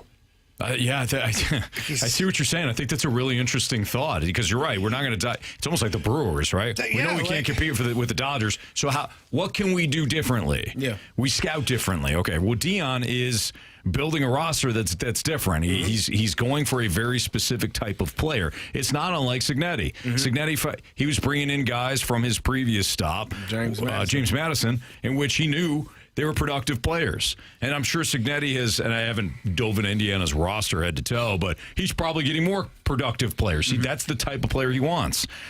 I think it's a really interesting look at it, Jamie, and at least he's doing something. At least he's not, he knows he can't be swinging with the big dogs. Right, I'm going to collect, like some of these programs, I want to collect as much talent as possible. Well, what are you doing? Are you getting the scraps? And that's all you're trying to do? Or are you actually trying to build a roster? Right. Maybe I'm going to find all the speed guys. I'm going to find all the speed guys on offense. And we're going to run a very specific offense. We're going to run fast and up-tempo and all that stuff. On defense, we're also going to be fast. Very least, we go into every Saturday, Friday, or, God willing, Tuesday night. And we're going to be the fastest team on that field. Yeah. We might not win every game, but that's where, however you choose to build your roster, if you're not Ohio State, if you're not Texas, if you're not Michigan, if you're not, Alabama and LSU and all those guys that you can compete with, then you better do something. Yeah, find players that can play football. Yeah, no matter where they came from. Do you think this works? Probably not. I don't think it will. I mean, it'll work to a certain level. But I credit him for trying. I do too. I just don't. No. I don't think this will work. Well, define works. Like, do they have a winning season? Can they? If they have a winning season, that works in my opinion. Like Colorado is not a program you look at to be a plaat team. No, well, they brought him in to resurrect said program. But I think he has. Yeah. He at least did for... Well, at least his first year they went 4-8. Then they went 9-4. Mm-hmm. They lost in the Alamo Bowl. And then they regressed to 3-9. Mm-hmm. You lost a Heisman Trophy winner and your starting quarterback, too. That sucks. Yeah, that's rough. Sorry about your loss. That's tough. Sorry about your car. That happens. I don't know if it works, Marsh. Probably not. But I'll be rooting for him. Yeah, I'll root for him for sure. All right, it's Fastlane on 101 ESPN. We do need a new Beat the Streak contestant. Now, our guy Kevin fell. Oh, man, poor Kev. Is he okay? But did he fall with the longest streak, Marsh, of the listeners? No, he did not. No. There was a little back and forth yesterday between you two. Well, I wonder if that had any factor in PCA going over. Yeah, I thought Kev was, I don't know, guys. Did you think Kev was... Maybe a little too comfortable? No, I think he was, maybe. I don't want to say it again. I don't want to say it about my guy, Kev. I just don't think he liked you. And I was the only one rooting for him. Yeah. Were you? Yeah. You guys said in the office, blank, Fastlane that Kevin. And I'm like, whoa. That was a different Kevin. Oh, was it? Completely different Kevin. You weren't paying attention. It was Kevin Stefanski, Anthony. Yeah, oh, my bad. I would definitely say it. Yeah. Oh, man, that was me. That was you that said it. No, it's on me, guys. Anyways, we need a new Beat the Streak contestant. If you want to play Beat the Streak, 314-399-9646, the Air Comfort Service text line. We'll play Beat the Streak and Bet the Board next.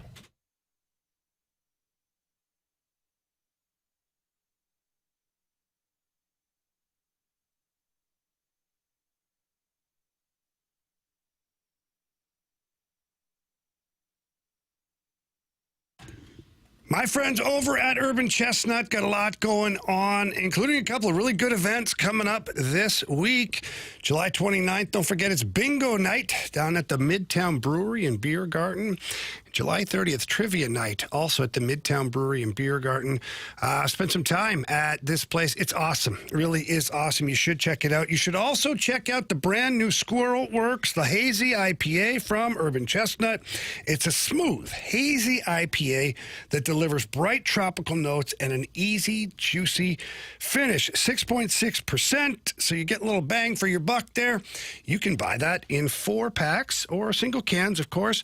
And also the Zwickel Light, my favorite light beer, the only light beer of choice over at the Rivers House. Locally brewed. It's clean, crisp, refreshing, only 95 calories, 3.7 carbs, but filled with flavor. Tastes like beer. I absolutely love it. They sell it in cans as well as bottles. Both of them taste fantastic when they're ice cold. Nice little bucket of beer. You got your Zwickel Light. You got your Squirrel Works.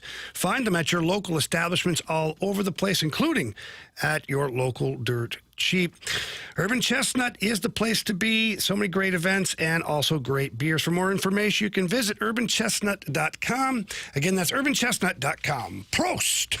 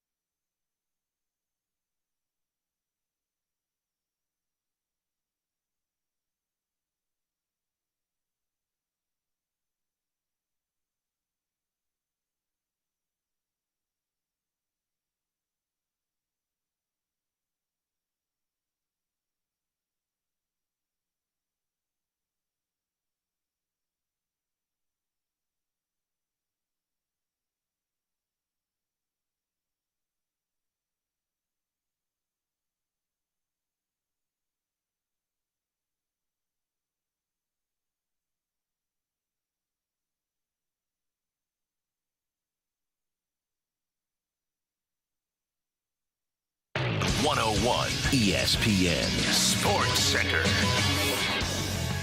I'm Andrew Marsh. It's time for a Sports Center update brought to you by Universal Windows Direct. The Cardinals take on the Cubs tonight after losing last night 7-3. Michael McGreevy will be on the mound. First pitch is at 6:45. If you missed anything from today's show, including our interview with former Major League Baseball pitcher Dave Stewart, make sure you go to 101ESPN.com or check out the free Dobbs Tire and Auto Center's 101 ESPN mobile app.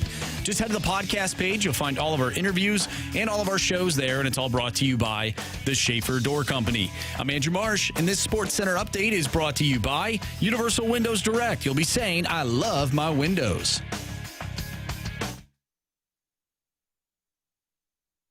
We're good, streaking! to hit baseballs. All of my successes depend on me. You're ready to hit. The hits just keep on coming. And his first big league hit is a bullet up the middle.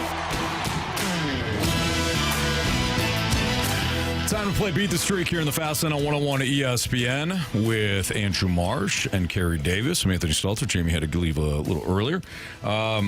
We got Sheldon on the line. What's up, Sheldon? Hey, how's it going, guys? Doing great, man. Appreciate you playing today. Thank you for listening. Hang tight, and we'll get you the order in which you're going to go today. Marsh, what do we got for latest streaks? All right, Anthony, you and I have a streak of 1, and everyone else is at 0. Okay, so Marsh, you go 1, right? Yes, I'll go first. You're 1, I'm 2. Our guy Sheldon is 3. Actually, Anthony, you go first. That's me. Okay. Yeah, you're going first. And then who do we got? Carey, and then Jamie? Sure. Yeah. Well, actually, Jamie? It's Carey's having a tough time of the last 5 games. Oh, okay. All right. Let's not talk about it. Let's just move on. Let's just move on. Okay. All right. I'll take, give me Bregman again. Did quite well yesterday, unfortunately. All right, I'm going to go with J.J. Weatherholt. J.J. Weatherholt. Sheldon, who do you want? I will take Michael Bush. All right. Carey, who do you want? Give me Lars Newbar. And Jamie wants Mason Wynn. So there you have it. All right. Sheldon, good luck to you, man. Maybe you'll get the longest streak here of the listeners. Sounds good. All right, see you tomorrow. Good luck. Sheldon. See ya. Marsh, I think I asked you this a lot. What's the latest streaks? Like what, not the latest streaks, sorry. What's the longest streaks for the competition now and then just for the listeners? Okay, so this year, the longest streak belongs to Kevin, who had a streak of, I believe, let me look real quick. Different Kevin? Yeah, actually, yeah, different Kevin. It was 7. So 7 was his number. And Nick had a streak of dating back to last year and continued it into this year. It was 9. Okay. So for us, the longest streak this year was Carey at 10. And last year, it was me at 18. That's right. So 18 is the all-time record. 18 is the all-time record. Holy smokes. Okay. There you have it. All right, from Beat the Street to Bet the Board.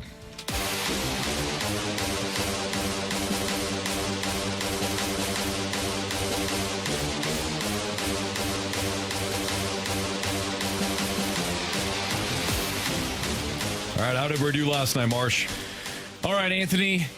You and Carey did not pick up points last night. The Milwaukee Brewers did not score a run yesterday. No, they suck. Drake Baldwin had 1 hit. Drake? Yeah. So, Marsh, how many you got now? So I am up to 10 points. Jamie is at 8.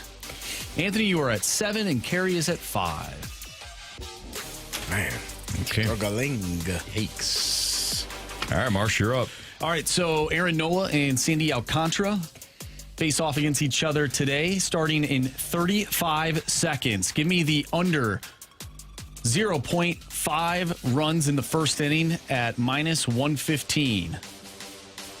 Jamie, before he left, said that he wanted Garrett Cole and the Yankees minus 125 on the money line. I will take the White Sox plus 104 on the money line. Chicago White Sox plus 104 on the money line. Give me Jackson Cheerio. 1.5 hits, runs, RBI. Cheerio. Cheerio. You like those Brewers, do you? They didn't work well for you yesterday. So no, it didn't. Not one bit. Maybe I shouldn't. Yeah. Well, we got a couple of minutes here. So this is interesting. So Kyle Shanahan, as we know, was in a car crash a couple of days ago. Very serious car crash in which he nearly lost one of his eyes. Yeah. That's how bad the car crash was. And I guess he broke his nose and has some broken ribs and just a nasty accident overall. Yeah. Well, our guy Nick Wagner, who used to cover the Rams, our good buddy for ESPN.com, he's covered the 49ers for quite a while now. Mm-hmm. the headline, Kyle Shanahan says car crash was his fault. Accident report was wrong. So Shanahan wanted to make clear that he was at fault for the car accident that left him with multiple serious injuries 2 weeks ago.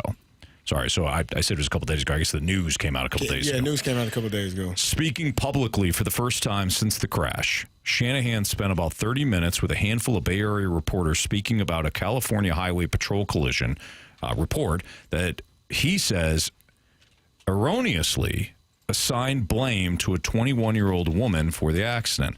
I hit her, Shanahan said Tuesday. I don't know why it was reported that way on the collision report database. The police report doesn't say that. Shanahan then gave his full version of the events that led up to and through the collision between his Tesla Model S and the other driver's SUV, a crash that left Shanahan with a concussion, a broken left hand, nose, and 3 ribs, as well as 40 stitches above his right eye. I was going 20 miles an hour, Shanahan said. I was not on my phone, but I dropped my phone, and it was stuck in my seats. It's on my lap, and it slid off. And I went down to look for it and took my eyes off the road for 2 seconds. And as I was coming up, the airbags hit me in my face, and they broke my nose. And then they said the visor really gashed me. I took my eyes off the road looking for my phone, and my car veered into someone. It's one of those roads where there's no forgiveness. When I hit her, the impact was just so. I'll just never forget how violent it was. Good for Shanahan, for talking about that. Oh, you're skeptical. What do you got? Well, I'm not skeptical. I'm my mother's an attorney, and you don't speak. You just. I understand why he did it. I'm sure I don't know. I'm not sure. I would assume that there have been, like he said, reports that the young lady hit him, and he wanted to clarify that in case somebody was, picking at this young lady online. You know how sure. the world we live in right now. But, we don't say anything, I don't think. But it's the right thing to do. Yeah. But legally, it's not the smartest, that's what you're saying? Okay, got it.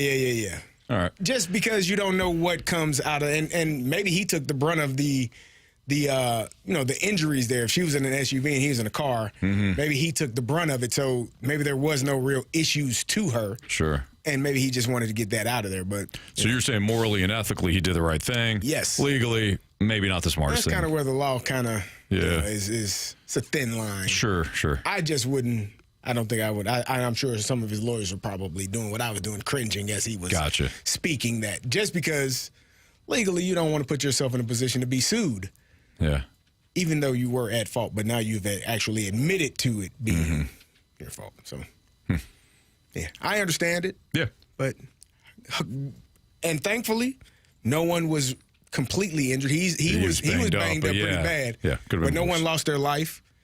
For what I know, he was, he almost lost his eye, according to what we've heard, and broken ribs, broken arm, or broken wrist, and broken nose. I think he had 40 facial stitches that he had to get, which I'm sure he's dealing with a lot of pain, and he's dealing with concussions. So I think that's the main thing as to why he's not coaching full time, because the concussions are lingering with him, so they don't want him doing too much activities. It says, while Shanahan is healing well, he does not yet have a timeline for when he expects to return to coaching full-time. Shanahan cites fatigue as one of his biggest obstacles, noting he had a good day Monday, but was feeling a bit worse on Tuesday. But he also wanted to clarify that while his concussion was serious, he did not have amnesia and never lost consciousness. So, well, like Carey said, outside of the injuries sustained by Kyle Shanahan, we're glad that nobody else was seriously injured in that vehicle accident. All right. We'll wrap up the show next on 101 ESPN.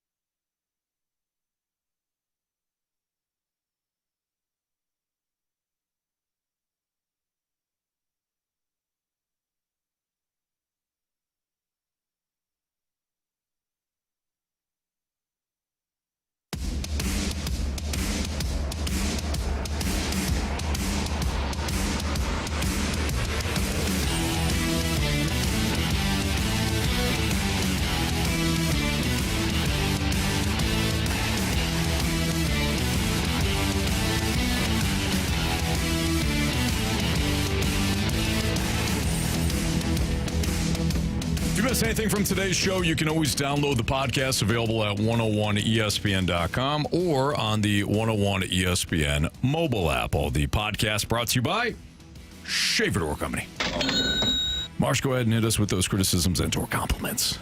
Criticisms and compliments.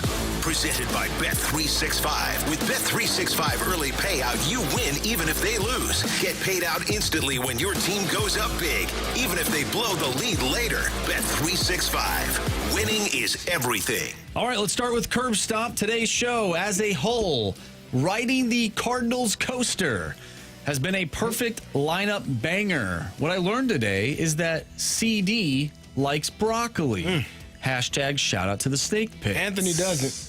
Anthony hates when I bring broccoli. And I didn't even bring it in the studio. I took it in the office. He was still mad. No, I wasn't mad. I just knew you're about to crack it open because I can smell it. Yeah, no, I don't like broccoli. I don't like the way it smells. Don't like the way it tastes. Not a broccoli guy. Surprise, surprise. No, you say that sarcastically. Nah, I'm just saying, you don't like grapes either. No, I don't. No. I understand. No, okay, some sort of grape. Fruits and vegetables, man. It's not all fruit, not all vegetables. Don't do that. Don't you dare do that. Okay. I'm giving you many fruit and vegetable that I enjoy. Those just happen to be two that I don't. All right. All right, Marsh, go ahead. The 314 says, I'm not a fan of the replies on Twitter after a posted loss. I mean, geez, they get nasty. Yeah, they do. People are. Not fastly nasty either. It's just bad, flat out man. nasty. Just rude and disrespectful for no apparent reason, man. Well, they're upset. Expectations aren't being met, so somebody's got to feel it. Anger. Man. This is from Marsh's college program, a.k.a. Chester. It says, at Marsh. I don't know if this is for me or just trying to get my attention. It just says, another banger today. Mini C says, Jamie can't be right all the time. You are. So, you have that going for you. Mm-hmm. Yeah. Congratulations. Nice. Yeah, that's good. Thanks, Mini C. Ladue Lawn Boy says, cute show, boys. Oh, thank you. Yeah, appreciate you. Cute is for little boys and puppies. Probably. Yeah. What's wrong, man? I mean, ish. Handsome show, boys. Thank you. I don't think anybody wrote that. Nah, I changed it. Oh, did you? Yeah. Okay. Said cute is for little boys and puppies. Marshy loves puppies. Well, even I do. Grown dogs. He's trying to steal Jamie's dog that one day. Yeah. That one day. It's a reoccurring day. I'll take that dog whenever. Yeah. He got a new one. He doesn't, He doesn't need that. He doesn't need that. There's too many animals in the house. I'll take one off their hands. Wow. Well, good luck with that, Marsh. Is it not? Not if you tell him. You didn't tell him. You told us. You told us you were going to. I've told him multiple times. Did you take his dog? Oh yeah. Marsh, I don't think that works that way. I don't think it does either. I don't think you just say I'm going to take something of yours and it's now okay. It's just because you said. I think it's still theft. Yeah. Well, you're just talking about how Kirk Cousins takes people's money.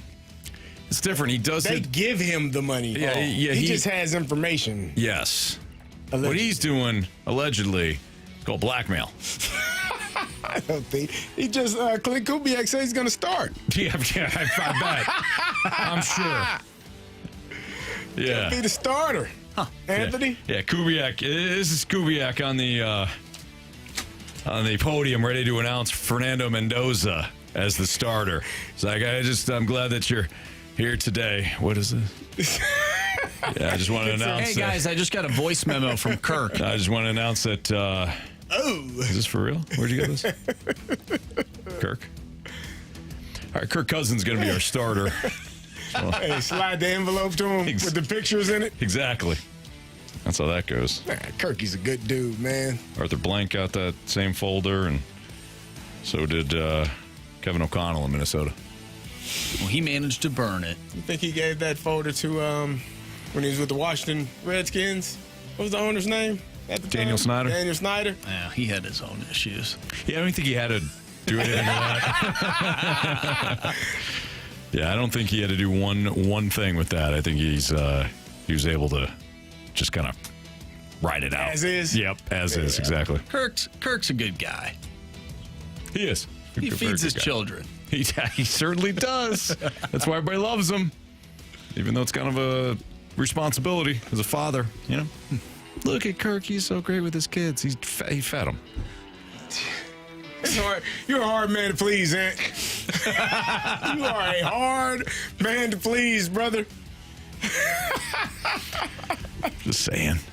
Go ahead. All right, the mayor of Melville says far and away the absolute best, and best is in all caps, sports talk radio on the airwaves. Wow. Thank you. Well, thank you. Mayor of Melville. That was high. That was a fantastic compliment. Thank you very much. And Justin, a.k.a. Jam, says another banger. Way to go, guys, with a fire emoji. Oh, wow. Yeah. Fire. Thank you. Ready for the 3 stars? Yes, sir. It's time for the Fast Lane's 3 Stars of the Day, presented by Circus Sports. No bet fees ever with the world's largest sports book, now at your fingertips in Illinois and Missouri. All right, our 3rd star of the day goes out to Dream Road Trips to Western Canada. Oh, yeah, that's weird. Not weird. It's a choice. God bless you. Thank you. A choice. Yeah, I guess it's not weird. What do I know? Yeah, man. Vancouver is lovely. Is it? Mm-hmm. Okay. You been there? Mm-hmm. Oh, nice. Met a... yeah. Okay. It was like, yeah. Think I know where you're going there? Yeah, you know. Yeah. All right. Yeah, you know. Okay. Yeah. There's like a resort in Western Canada. I forgot the name of it. Beautiful place. It's somewhere that I would love to go at some point in my life. When I figure out the name of it. No, that's not it. Okay. No, that's not it. But very cool place. I forgot the name, but I'll have to find it for you. Anyways, 2nd star of the day goes out to Robert Muldoon. Yeah. Yes. Didn't see that raptor coming out. No, I didn't see Jamie. Not in the weeds there. Ready to attack. Mm-hmm. He thought he was good. He wasn't. 1st star of the day goes out to Anthony's Turkish prison. Thank you. Doing blues videos in 2019. I'm pretty sure those Cardinals, but we gotta find it. Yeah. You probably have it in your phone. No. No. I don't keep anything. You don't keep anything? Nah. I just don't. There's two kinds of. I'm learning. There's 2 kinds of people in this world. Yeah. Gary. There are. People that don't keep anything. You ever look over or somebody shows you the phone and they've got like 4,800 million like pictures, emails? Oh yeah. And the little red, indications up there. Yeah. Then they haven't updated their phone and they just all can't do it, man. Yeah. The text messages, they just scroll and scroll and scroll and scroll and scroll. That's not me, man. You don't keep videos. If I'm done with the conversation, I'll put it on the computer after a while. Okay. Lake Louise, by the way, is the name. Lake Louise. Okay. Look it up. Very cool place. Would love to go there at some point. Well, good. But yeah, Carey, once I'm done with that conversation, just done. Deleted. I don't need to hold on to that. No way, man. All right, they'll do it for us. For Jamie Rivers, for Andrew Marsh, for Carey Davis, I'm Anthony Stalter. See ya.